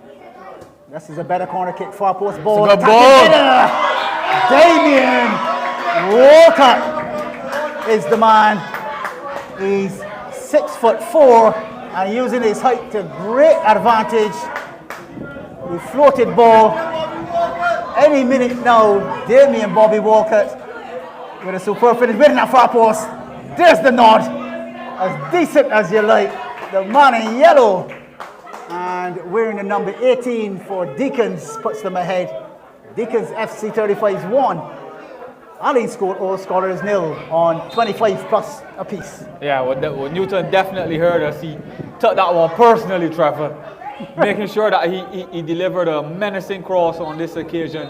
It was a really, really good ball into the area. And if you want anybody being the person that one's directed to, it's Damien Bobby Walker, a real towering header from him, a real target. And he was able to latch onto that one. Super ball, crossed into the area, and he did the rest.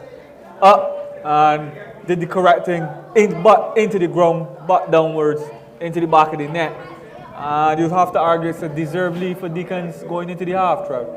Yeah, as I said before, stats come for a lot under the CSI brand, and the sixth corner of the evening, 5 of them didn't work out, but sooner or later the defense will crack as far as concentration goes. And immediately the ball was floated. It didn't go near as they were accustomed to doing that. Yeah. It went far instead. And by pushing it for a post, Walcott was there waiting. No one was there to challenge him. He rose on his own and then headed into the back of the nets to make it Deacons 1, Alleyn scored all scorers 0. And nothing more than they would have deserved, though, Marty, having put the pressure on. Alleyn will need to find a way to counter-attack. What they were doing in the first 15 minutes were counter-attacking, basically. They've lost their way just a bit.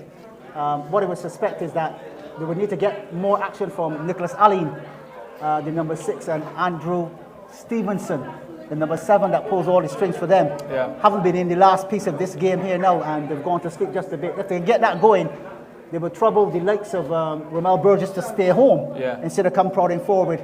And if he can get that done, then they'll be back into this game. If not, Deacons will run away with it and head towards the final. And how do they have in the final? Anson Merchant Bank, Deighton, Griffith, who took apart Carlton-ATP 4-1. Much more from us in the second half as we go and get a beverage. I'm sure it's on Jerry this time. I haven't seen Alan doing very much of the business, so Jerry's the man. He's making sure you're aware that it's him again. Time for Alan to come to the party there. But we'll take it back with some advertisements here now and come back with much more action in the second half. Join us.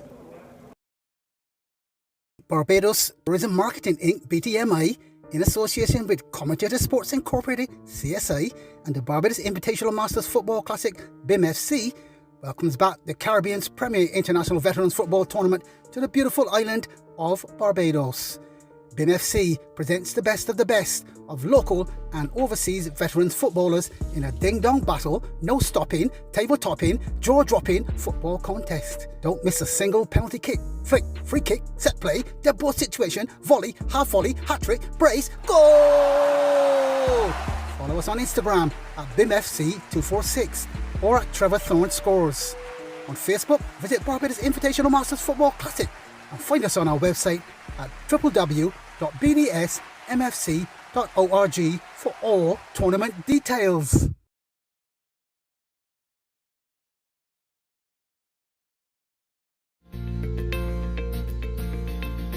Hi, I'm Renee, and we are absolutely looking forward to welcoming you to Infinity on the Beach. We offer staycations, and the reason people choose us is because we're located right in the heart of the Gap, within walking distance of everything, but when you come back to the hotel, you have your own respite. We are right on the beautiful Dover Beach, so we provide the perfect location for that mix of local excitement and entertainment and relaxing time on the beach. If you walk out of the hotel in either direction, left or right, you have a choice of restaurants, nightlife, and amenities. So you never lack for anything to do. And when you come back to our property, you have a number of things you can choose from as well, including our beautiful Stefan's Beach Bar and Restaurant. The reason that many locals choose us, however, is because they say that when they come to stay with us, we make them feel like a tourist. And we're very, very proud of that fact.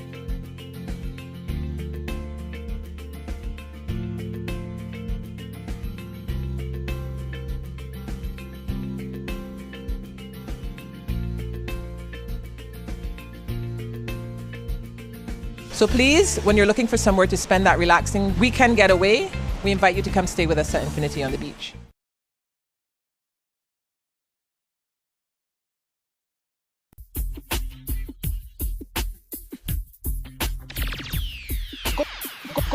Goalkeeper Sports Bar, Licorice Village, Mayrod Hill, St. Michael, Barbados. Telephone number 427-3168. Mobile number 826-0137. Lunchtime, Monday to Saturday from 11 a.m. On Wednesdays, cow heel soup. Fridays, meal cuckoo. Saturday mornings, sauce. Friday night, karaoke starts at 8 p.m. The Goalkeeper Sports Bar, 427-3168 and 826-0137.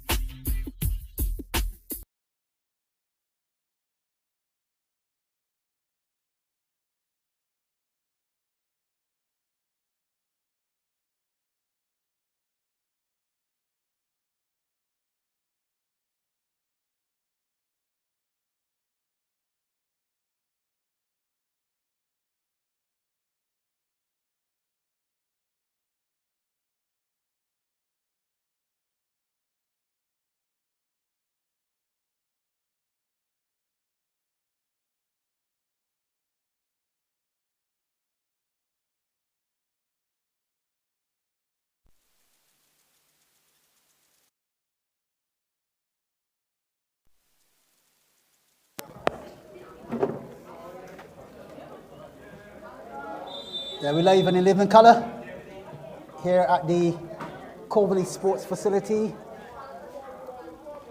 in Christ Church.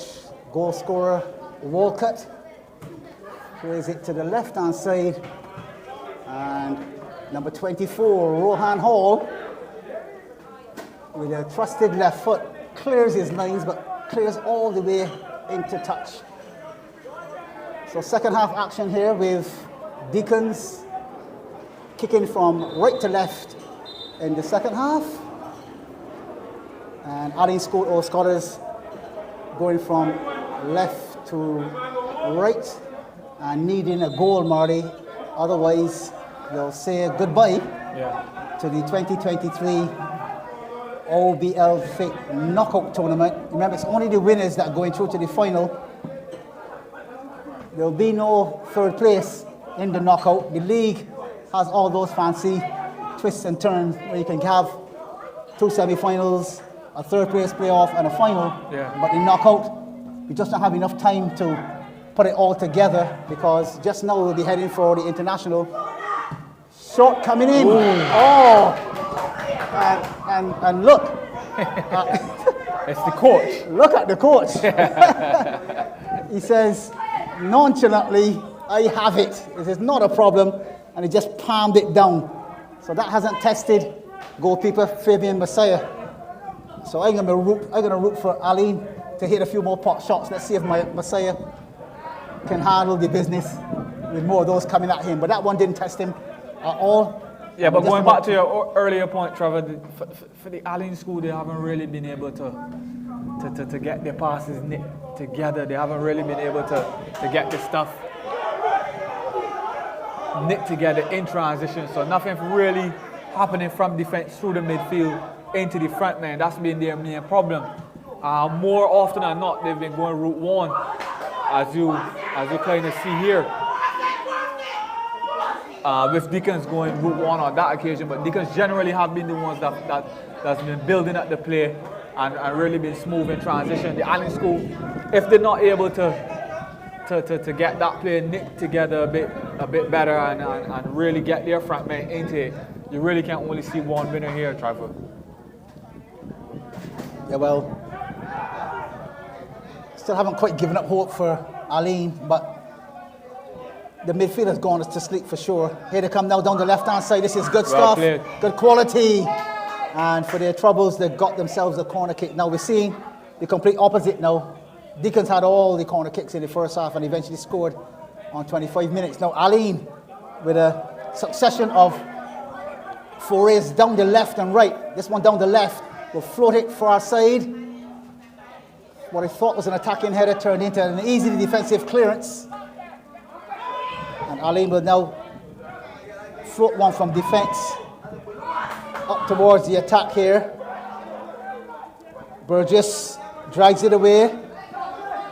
Plays it to Rohan Hall. Hall all the way up the field. And again, Alleyn also deploying an offside trap with their back four consisting of Jason Scanterbury, Damien Brewster there, as well as Ryan Holder and Ryan Granham as well. And that being used to good effect by the Alleyn School to keep Deacons at bay. 29 on the clock, Marley, and a nice entertaining game we have. Deacons seem to have taken a foot off the gas just a little bit now though, and Alleyn have moved up to what we consider to be 55% possession to Deacons 45 at some stage. Free kick to Deacons, however, with Rohan Hall. As we say, good evening to his mother, who's watching on. I'm not sure what football shirt she's wearing this evening, but she's known to be a Manchester United fan, and therefore I'm not sure if she got anything much to shout about going into the end of the league. 30 on our clock. She might get fourth place in the Premier League, and therefore that might settle her satisfaction for the year. But at present, we saw Man City spanking the young and upcoming Arsenal very badly, and have now put real pressure and look as though they're the real title contenders now. Far post ball and attacking header, or headed down into the surface and not necessarily providing the real quality there. That was a good opportunity for Bino on that occasion, Trevor. Sometimes when you're in these types of games and you're not necessarily having the most possession, a set piece really can be what makes the difference for you. That corner coming floated in on that occasion from the left side for the Alleyn School was a good ball into the area. Bino rising highest and just not able to get a telling connection on it, and he'd be disappointed with that. So left side ball, and the defender found rather than the attacker, as Walcott comes forward, puts the tackle in, loses possession. Here's Alleyn. Right foot shot coming in from the far side on this occasion, and the shot coming in, trying to pick up the number on the shirt there. Not very easy on the far side, but a good attempt there as Alleyn came out of their defense into an attacking posture. Shot from just about 22 yards, and the ball over the crossbar. Score remains 1-0 with Deacons leading from a 25th minute far post 6-yard header from Damien Bobby Walker, 18, the number 18 for Deacons. Here's the Alleyn School. I made that Ryan Granham making the challenge, but losing out. This time to Rashida Jeffrey Williams. He plays a decent ball down the inside left channel, and he gets an applause for the pass from Marcus Best. Out comes the keeper on the other end, as it is end to end here at Coverly. Our cameraman is very busy, and left and right he goes, trying to pick every single chance here into the 33rd minute is Best weaving a magical web, finding Burgess. Player down on the surface, far post ball. Chance for the left foot shot. Ball played through the space again, cut out at the back. Player down. He's up and moving just a bit. He has seems to have a bit of an injury, and he will need some medical attention. We'll wait for the medic to make his way or her way onto the field. Seems to be a hand injury there. Seems to be a hand injury, and therefore he will need some medical attention, perhaps, if he can't take care of it himself. But the games have been brought to a halt for that purpose. 33 and a half on our clocks. And the score remains Deacons 1, Alleyn School 0. In the first encounter, Deighton ran away with it. They blew away the Carlton team 4-1 after Carlton had looked so impressive in the opening minutes. Actually scored first on 8 minutes with a Cody Mark penalty kick. Ball inside, I believe. Offside is the call. Yeah, fairly sharp call there. Defensive header from Damian Bess.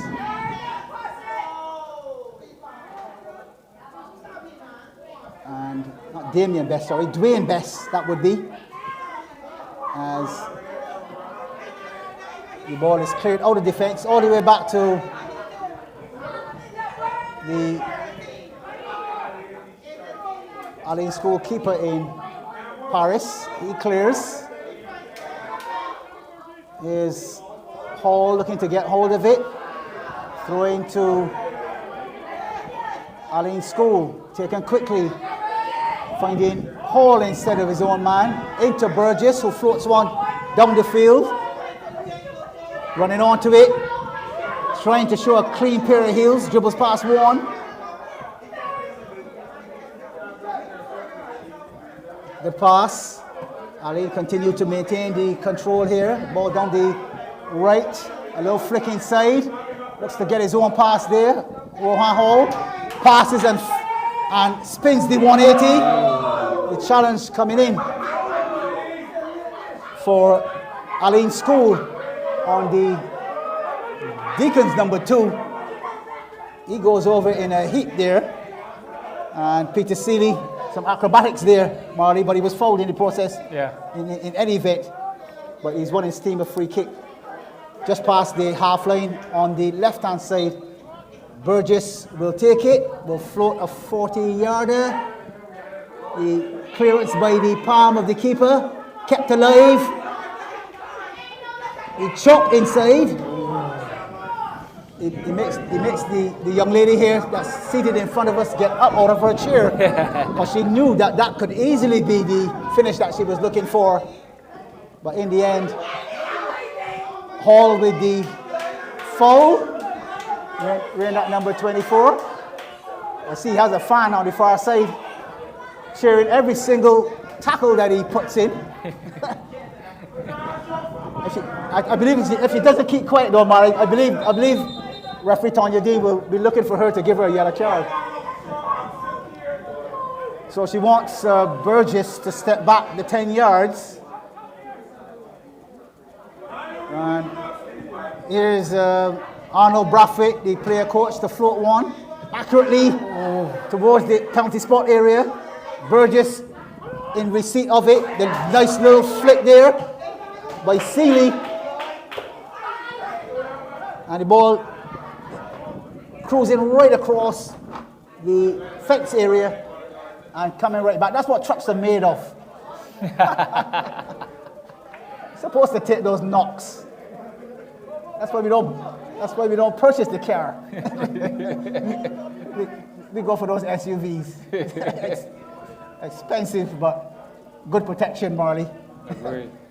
So 37 on our clocks here as we continue to enjoy it here. The very first time we're here, and it won't be the last, as we prepare ourselves for some more football, perhaps Tuesday and Thursday next week, under these fabulous 18 floodlights Nowhere else in Barbados have I seen 18 Marley set up this way. Sometimes 4, 6, 8, but never 18. Yep. And therefore this is made for football heaven here. Yep. Night football. And of course the live stream coming from the Bimfc Masters YouTube channel. And you can also get lots more coverage and the fixtures as well for whatever happens next at our Instagram page, Bimfc246. And the other one, Trevor Thorne scores, is Seeley. He dribbled and left the ball. Here he comes again. He's here, there, and everywhere. Alleyn in possession. Ball prodded forward. And over the touchline, Deacons will take the resulting throw-in. Yeah, neither side really able to really assert themselves on this second half. I guess you could argue that it suits Deacons a bit better.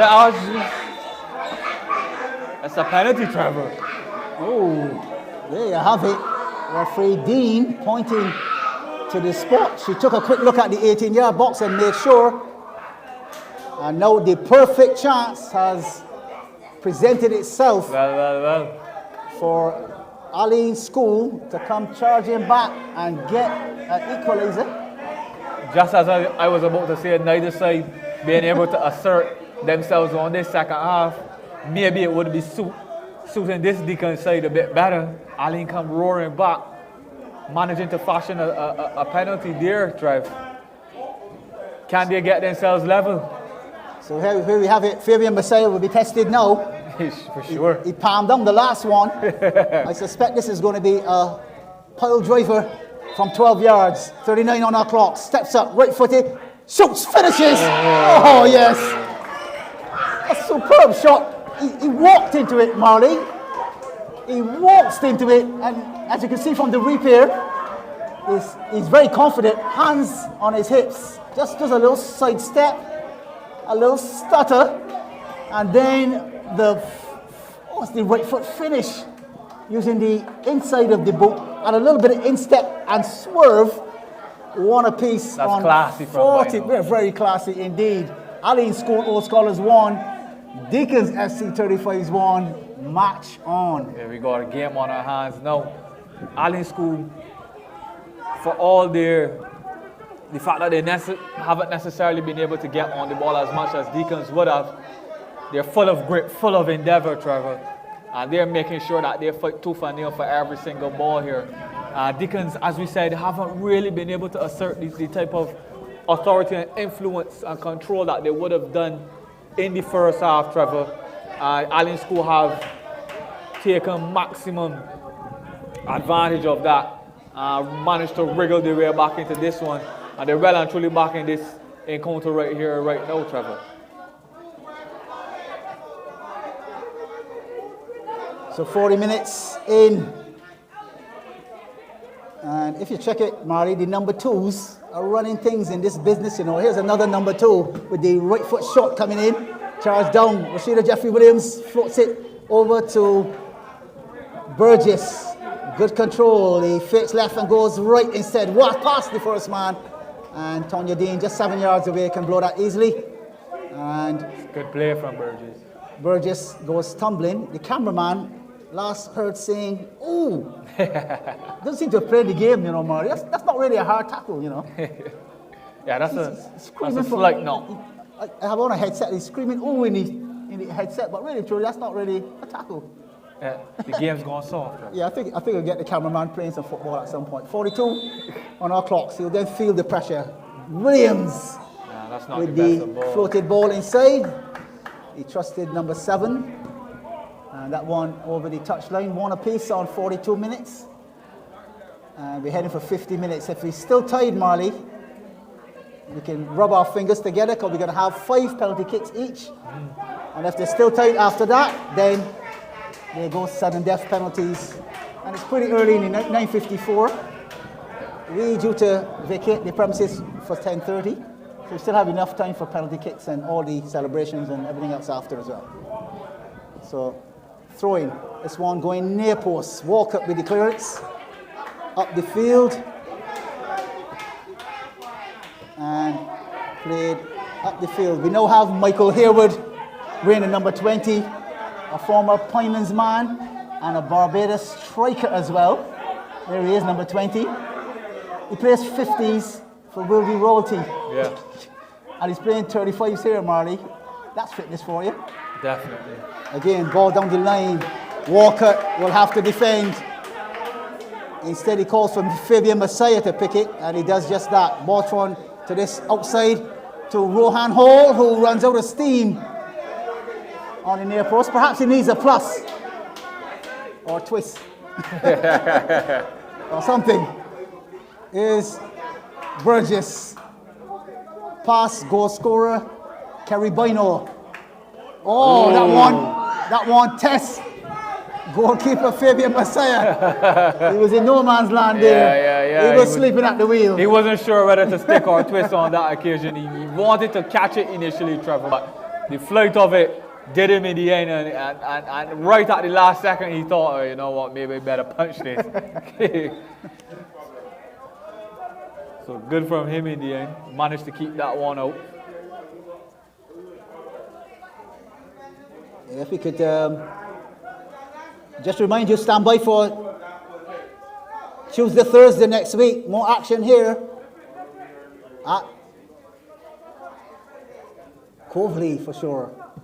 Ball over to, he tried to get towards the box. Lenny Regis. Regis sticking out a boot there.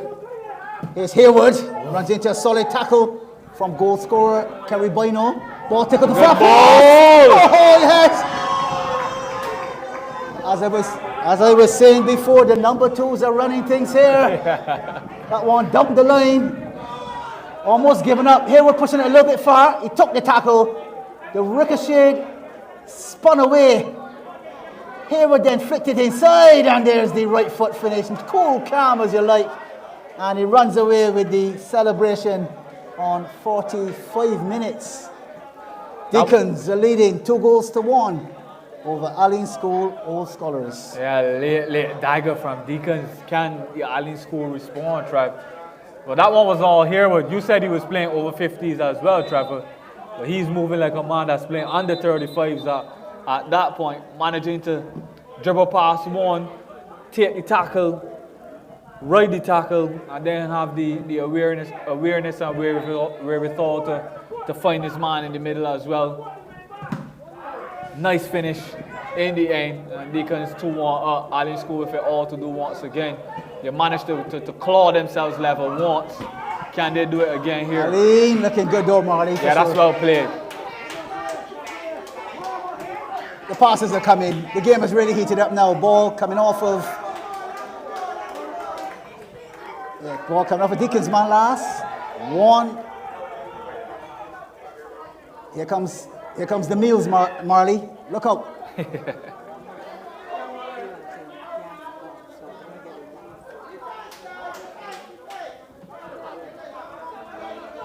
Right, so Hayward with the turn finds Burgess.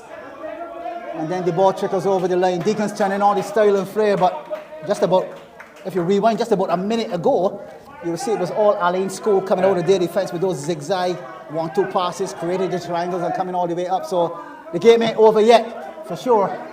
We still got a massive 4 odd minutes of normal time, plus time added on for stoppages. Yeah. It'll take a brave man to say Deacons will hold on, because Alleyn are producing the goods through Caribino, the number 2. And of course, Peter Seeley for Deacons is making the crowd go crazy. Into the box they go, it's over! Oh! He's done everything right but the finish. Oh, he walks. He cha-cha through that box, Marley. And just when he was about to put the twinkle toe move on the finish, he let all the way back and put it over the top. The current score remains Deacons 2, Alleyn School All Scholars 1. Yeah, he did everything right. Did everything right initially there, Trev. Recognized that there was space in behind the defense, used a bit of trickery, got himself into the area, and just for the keeper to beat, just wasn't able to get over it, Trev. Had a nice idea, but wasn't able to get over it and sent it over the top of the bar. She saw the hand. Handball. She saw her hand. Yeah. There you have it, but he was away. He was away to the races. Yeah, that didn't go down well with the Deacons support over on this far side at all. Ball cut back. Here's Harewood with the right foot shot. He's a dangerous player. Michael Harewood, still at 50 years old, running things in the midfield at the 35s. Yep. Excellent, excellent physique there, Mikey. I'll tell you a story. Jerry's laughing. I'll tell you a story here quickly, though. For some reason, he's not wearing 9 this evening. So when we were in the national team, yours truly used to wear 9. And Michael said he was my idol. So I said, when you get to the national team, if you ever make the national team, I'm going to give you my number 9. And one day I was sitting there, and the national team was called out, and Harewood was called into the team. And guess what happened? I gave him he came in the team the same time, and we both played together. I gave him 9. I think I took 11 or something like that. You're a man of your word, Trevor. Man of my word. You know, it's not easy when you're a striker to give up 9. Here's Harewood! Post. The takedown was exquisite, though. That was a top take. Does he have chewing gum on that boot? He took it down, the ball stuck to the boot. He just prodded it off like Peter Pan, and then flicked it in with the left. But he's slightly off target there. He's a crowd favourite. 49 on the clock. Deacons headed for the final. Are they? Or will Alleyn School spoil? We'll pour some cold water on that prediction. Come on, Alleyn, you can do it. But of course, Deacons, your foot is in the final. You're not going to let it go now, are you? Here's Seeley. He lets it go.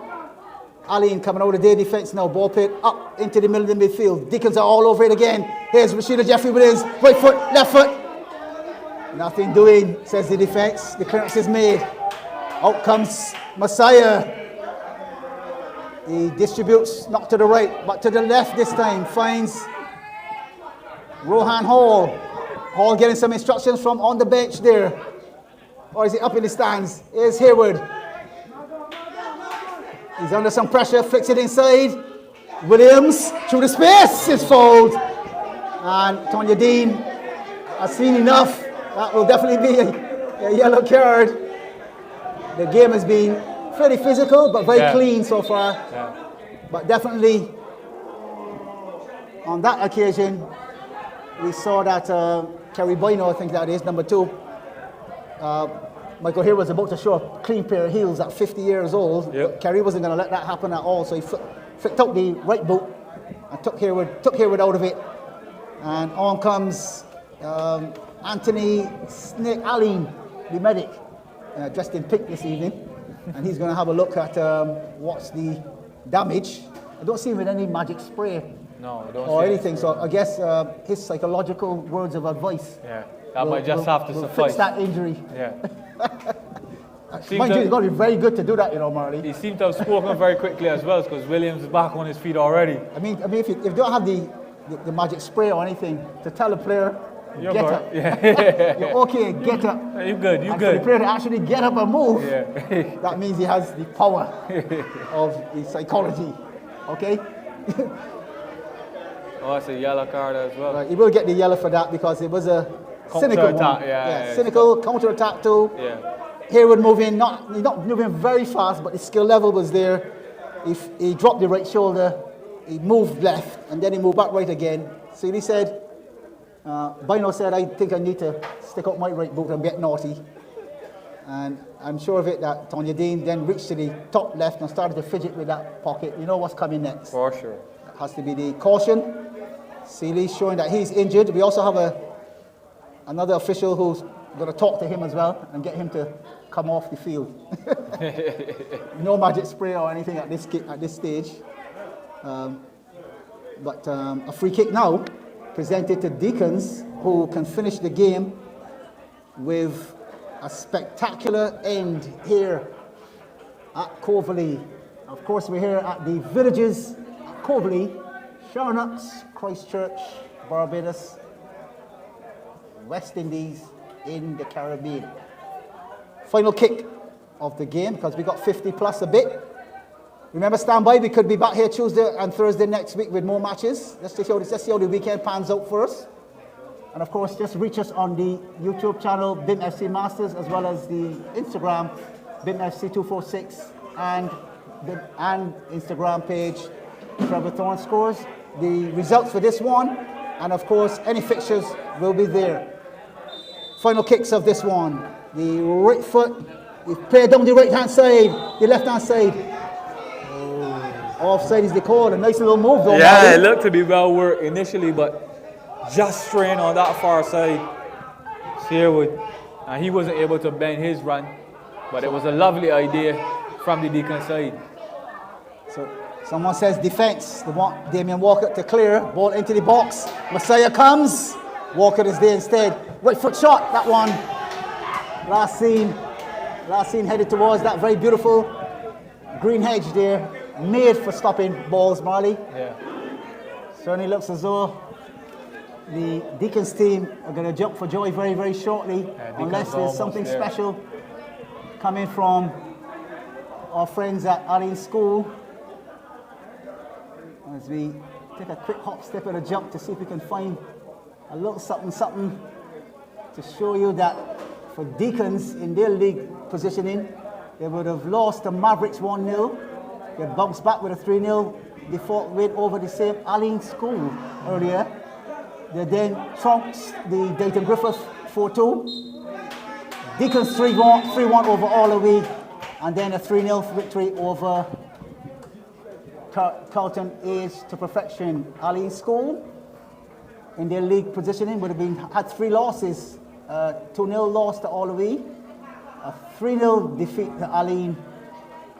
Deacons won 3-0, and then Carlton beat them 3-2 as well.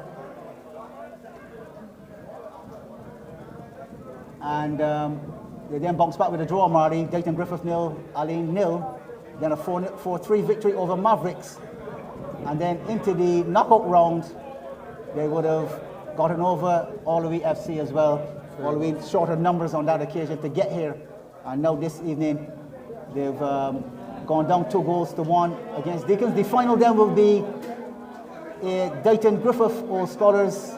Or let me put a bit more manners on it. That will be Ansem Merchant Bank, Deighton Griffith, up against Deacons FC.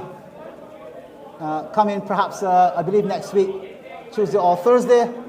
And of course, we do have a couple more matches to fit in to the fixtures as well, leading into the reggae weekend here in Barbados. So stand by for those results, as well as fixtures coming in through the weekend and into Tuesday and Thursday next week. But of course, on behalf of Marley Leacock, my co-commentator, Jerry Allen, the chairman, Melvin Ibo Oxley, and vice chairman, Julian Anion, the rest of the crew in the bars and in the food section, and of course, the villages at Coverly-Charnocks-Christ Church, Barbados. We want to say thank you very much for all of your assistance. Look forward to working with everyone once more.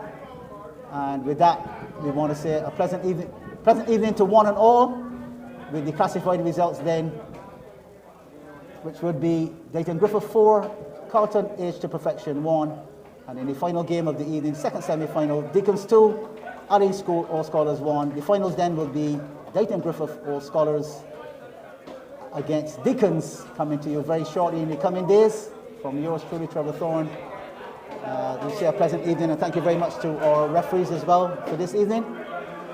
We head for a few more ads before we say a final goodbyes. But from us here, a pleasant evening to one and all, and thank you very much to our sponsors. Good night.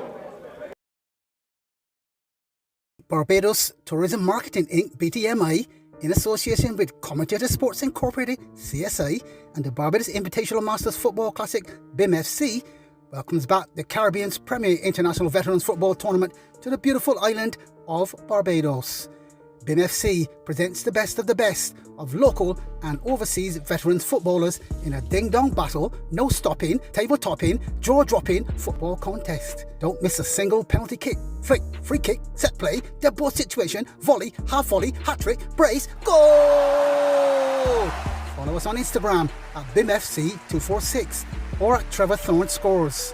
On Facebook, visit Barbados Invitational Masters Football Classic and find us on our website at www.bdsmfc.org for all tournament details.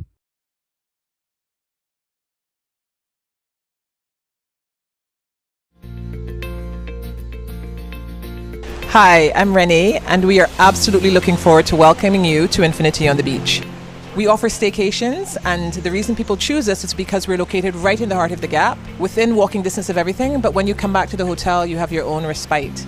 We are right on the beautiful Dover Beach, so we provide the perfect location for that mix of local excitement and entertainment and relaxing time on the beach. If you walk out of the hotel in either direction, left or right, you have a choice of restaurants, nightlife, and amenities. So you never lack for anything to do. And when you come back to our property, you have a number of things you can choose from as well, including our beautiful Stefan's Beach Bar and Restaurant. The reason that many locals choose us, however, is because they say that when they come to stay with us, we make them feel like a tourist. And we're very, very proud of that fact.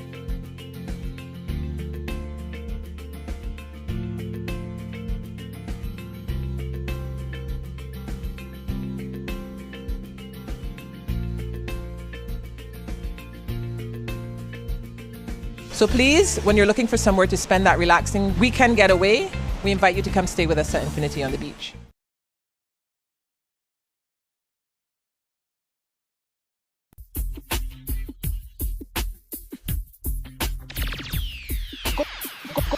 Goalkeeper Sports Bar, Licorice Village, Mayor Chill, St. Michael, Barbados. Telephone number 427-3168. Mobile number 826-0137. Lunchtime, Monday to Saturday from 11 a.m. On Wednesdays, cow heel soup. Fridays, meal cuckoo. Saturday mornings, sauce. Friday night, karaoke starts at 8 p.m.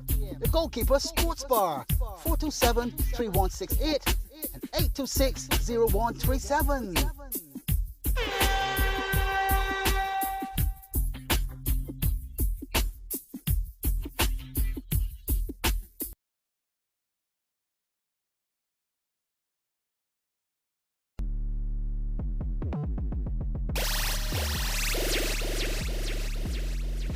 Triple H Tours can handle all of your transportation requirements. Airport transfers, guided tours, weddings, and so much more. Whether you're here for business or here for pleasure, cruise through Barbados using this punctual and reliable service that exhibits reasonable prices. Call 1-246-234-0683 or 1-246-261-6701 or email dhunter_9@hotmail.com to guarantee an eloquent experience. Triple H Tours. Triple H Tours.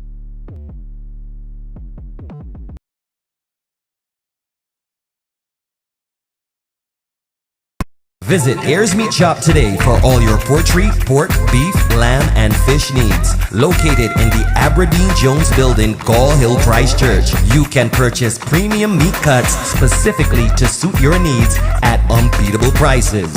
You can also find us in the Glebe St. George and home delivery available island-wide. You can reach us at 256-2565 or 256-2629. Ayers Meat Shop.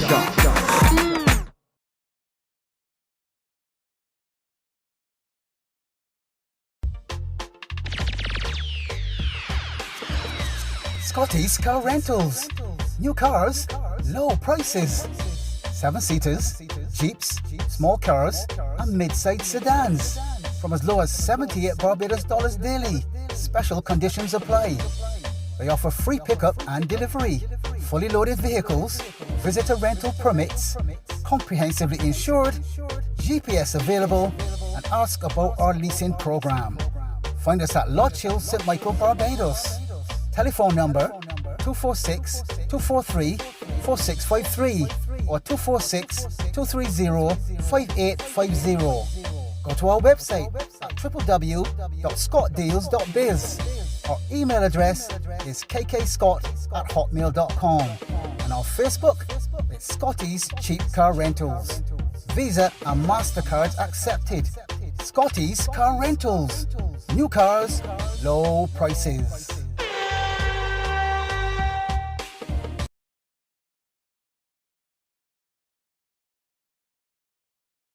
This week's Sweet Vibe Music Show on Hot 95.3 FM is powered by your favourite football legends, Melvin Ibo Oxley, Trevor Thorne and Julian Annell, and the crew at the Barbados Invitational Masters Football Classic Bimfc and the Old Boys League Football Invitational Tournament Obl-Fit for every single kick, free kick, set play, dead ball situation, volley, half volley, hat-trick, brace, goal! Visit www.bdsmfc.org.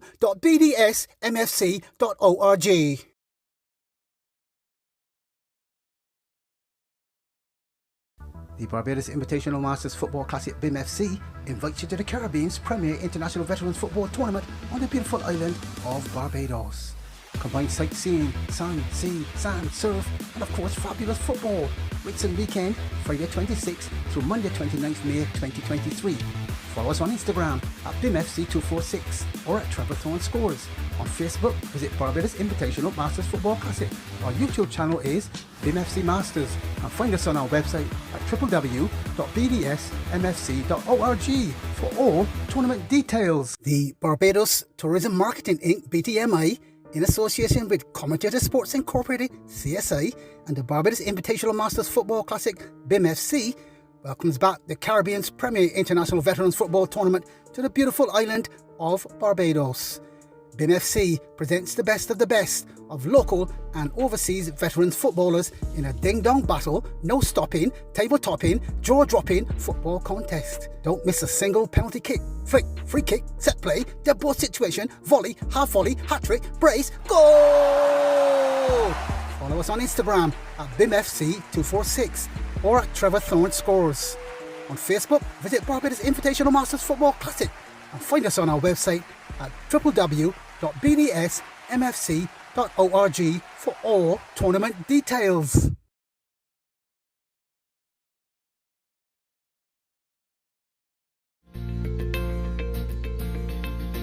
Hi, I'm Renee, and we are absolutely looking forward to welcoming you to Infinity on the Beach. We offer staycations, and the reason people choose us is because we're located right in the heart of the Gap, within walking distance of everything, but when you come back to the hotel, you have your own respite. We are right on the beautiful Dover Beach, so we provide the perfect location for that mix of local excitement and entertainment and relaxing time on the beach. If you walk out of the hotel in either direction, left or right, you have a choice of restaurants, nightlife and amenities, so you never lack for anything to do. And when you come back to our property, you have a number of things you can choose from as well, including our beautiful Stefan's Beach Bar and Restaurant. The reason that many locals choose us, however, is because they say that when they come to stay with us, we make them feel like a tourist. And we're very, very proud of that fact.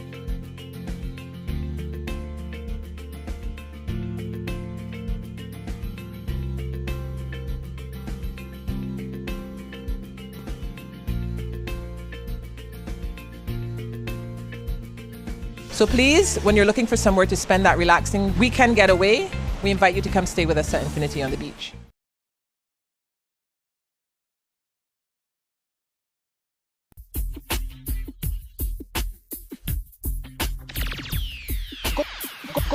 Goalkeeper Sports Bar, Licorice Village, My Lord Hill, St Michael, Barbados. Telephone number 427-3168. Mobile number 826-0137. Lunchtime, Monday to Saturday from 11 a.m. On Wednesdays, cow heel soup. Fridays, meal cuckoo. Saturday mornings, sauce. Friday night, karaoke starts at 8 p.m. The Goalkeeper Sports Bar, 427-3168 and 826-0137.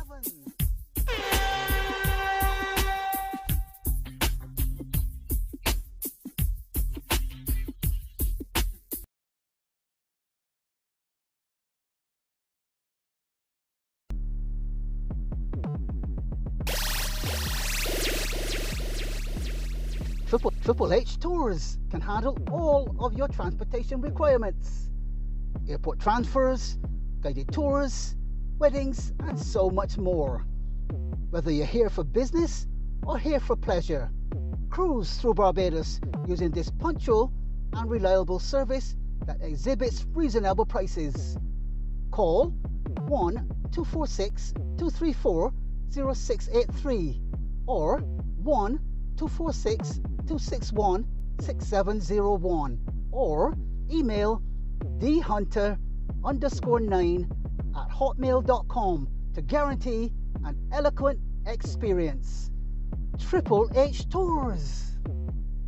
Triple H Tours.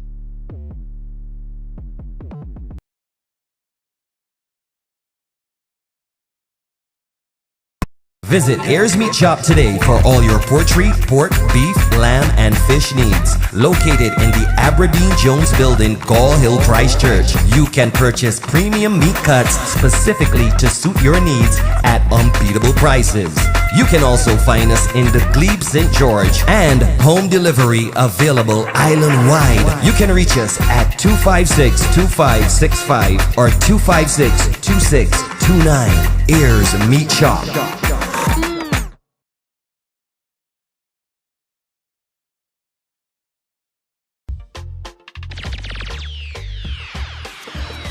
Scotty's Car Rentals. New cars, low prices. 7-seaters, Jeeps, small cars, and mid-sized sedans. From as low as $78 Barbados daily. Special conditions apply. They offer free pickup and delivery. Fully loaded vehicles, visitor rental permits, comprehensively insured, GPS available, and ask about our leasing program. Find us at Lodge Hill, St. Michael, Barbados. Telephone number 246-243-4653 or 246-230-5850. Go to our website at www.scottdeals.biz. Our email address is kkscott@hotmail.com and our Facebook is Scotty's Cheap Car Rentals. Visa and MasterCards accepted. Scotty's Car Rentals. New cars, low prices.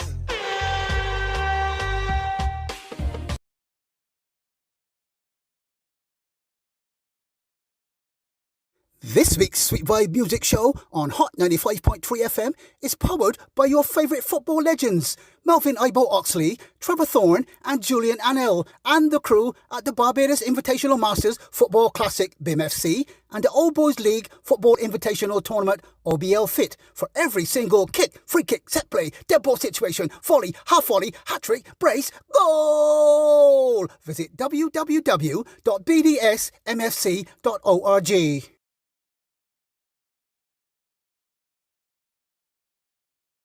The Barbados Invitational Masters Football Classic Bimfc invites you to the Caribbean's premier international veterans football tournament on the beautiful island of Barbados. Combined sightseeing, sun, sea, sand, surf, and of course fabulous football. Rates and weekend, Friday 26th through Monday 29th May 2023. Follow us on Instagram at BimFC246 or at Trevor Thorne Scores. On Facebook, visit Barbados Invitational Masters Football Classic. Our YouTube channel is BimFC Masters and find us on our website at www.bdsmfc.org for all tournament details. The Barbados Tourism Marketing Inc. BTMI, in association with Commentator Sports Incorporated CSI and the Barbados Invitational Masters Football Classic BimFC, welcomes back the Caribbean's premier international veterans football tournament to the beautiful island of Barbados. Bimfc presents the best of local and overseas veterans footballers in a ding-dong battle, no-stopping, table-topping, jaw-dropping football contest. Don't miss a single penalty kick, flick, free kick, set play, dead ball situation, volley, half volley, hat-trick, brace, goal! Follow us on Instagram at BimFC246 or at Trevor Thorne Scores. On Facebook, visit Barbados Invitational Masters Football Classic and find us on our website at www.bdsmfc.org for all tournament details.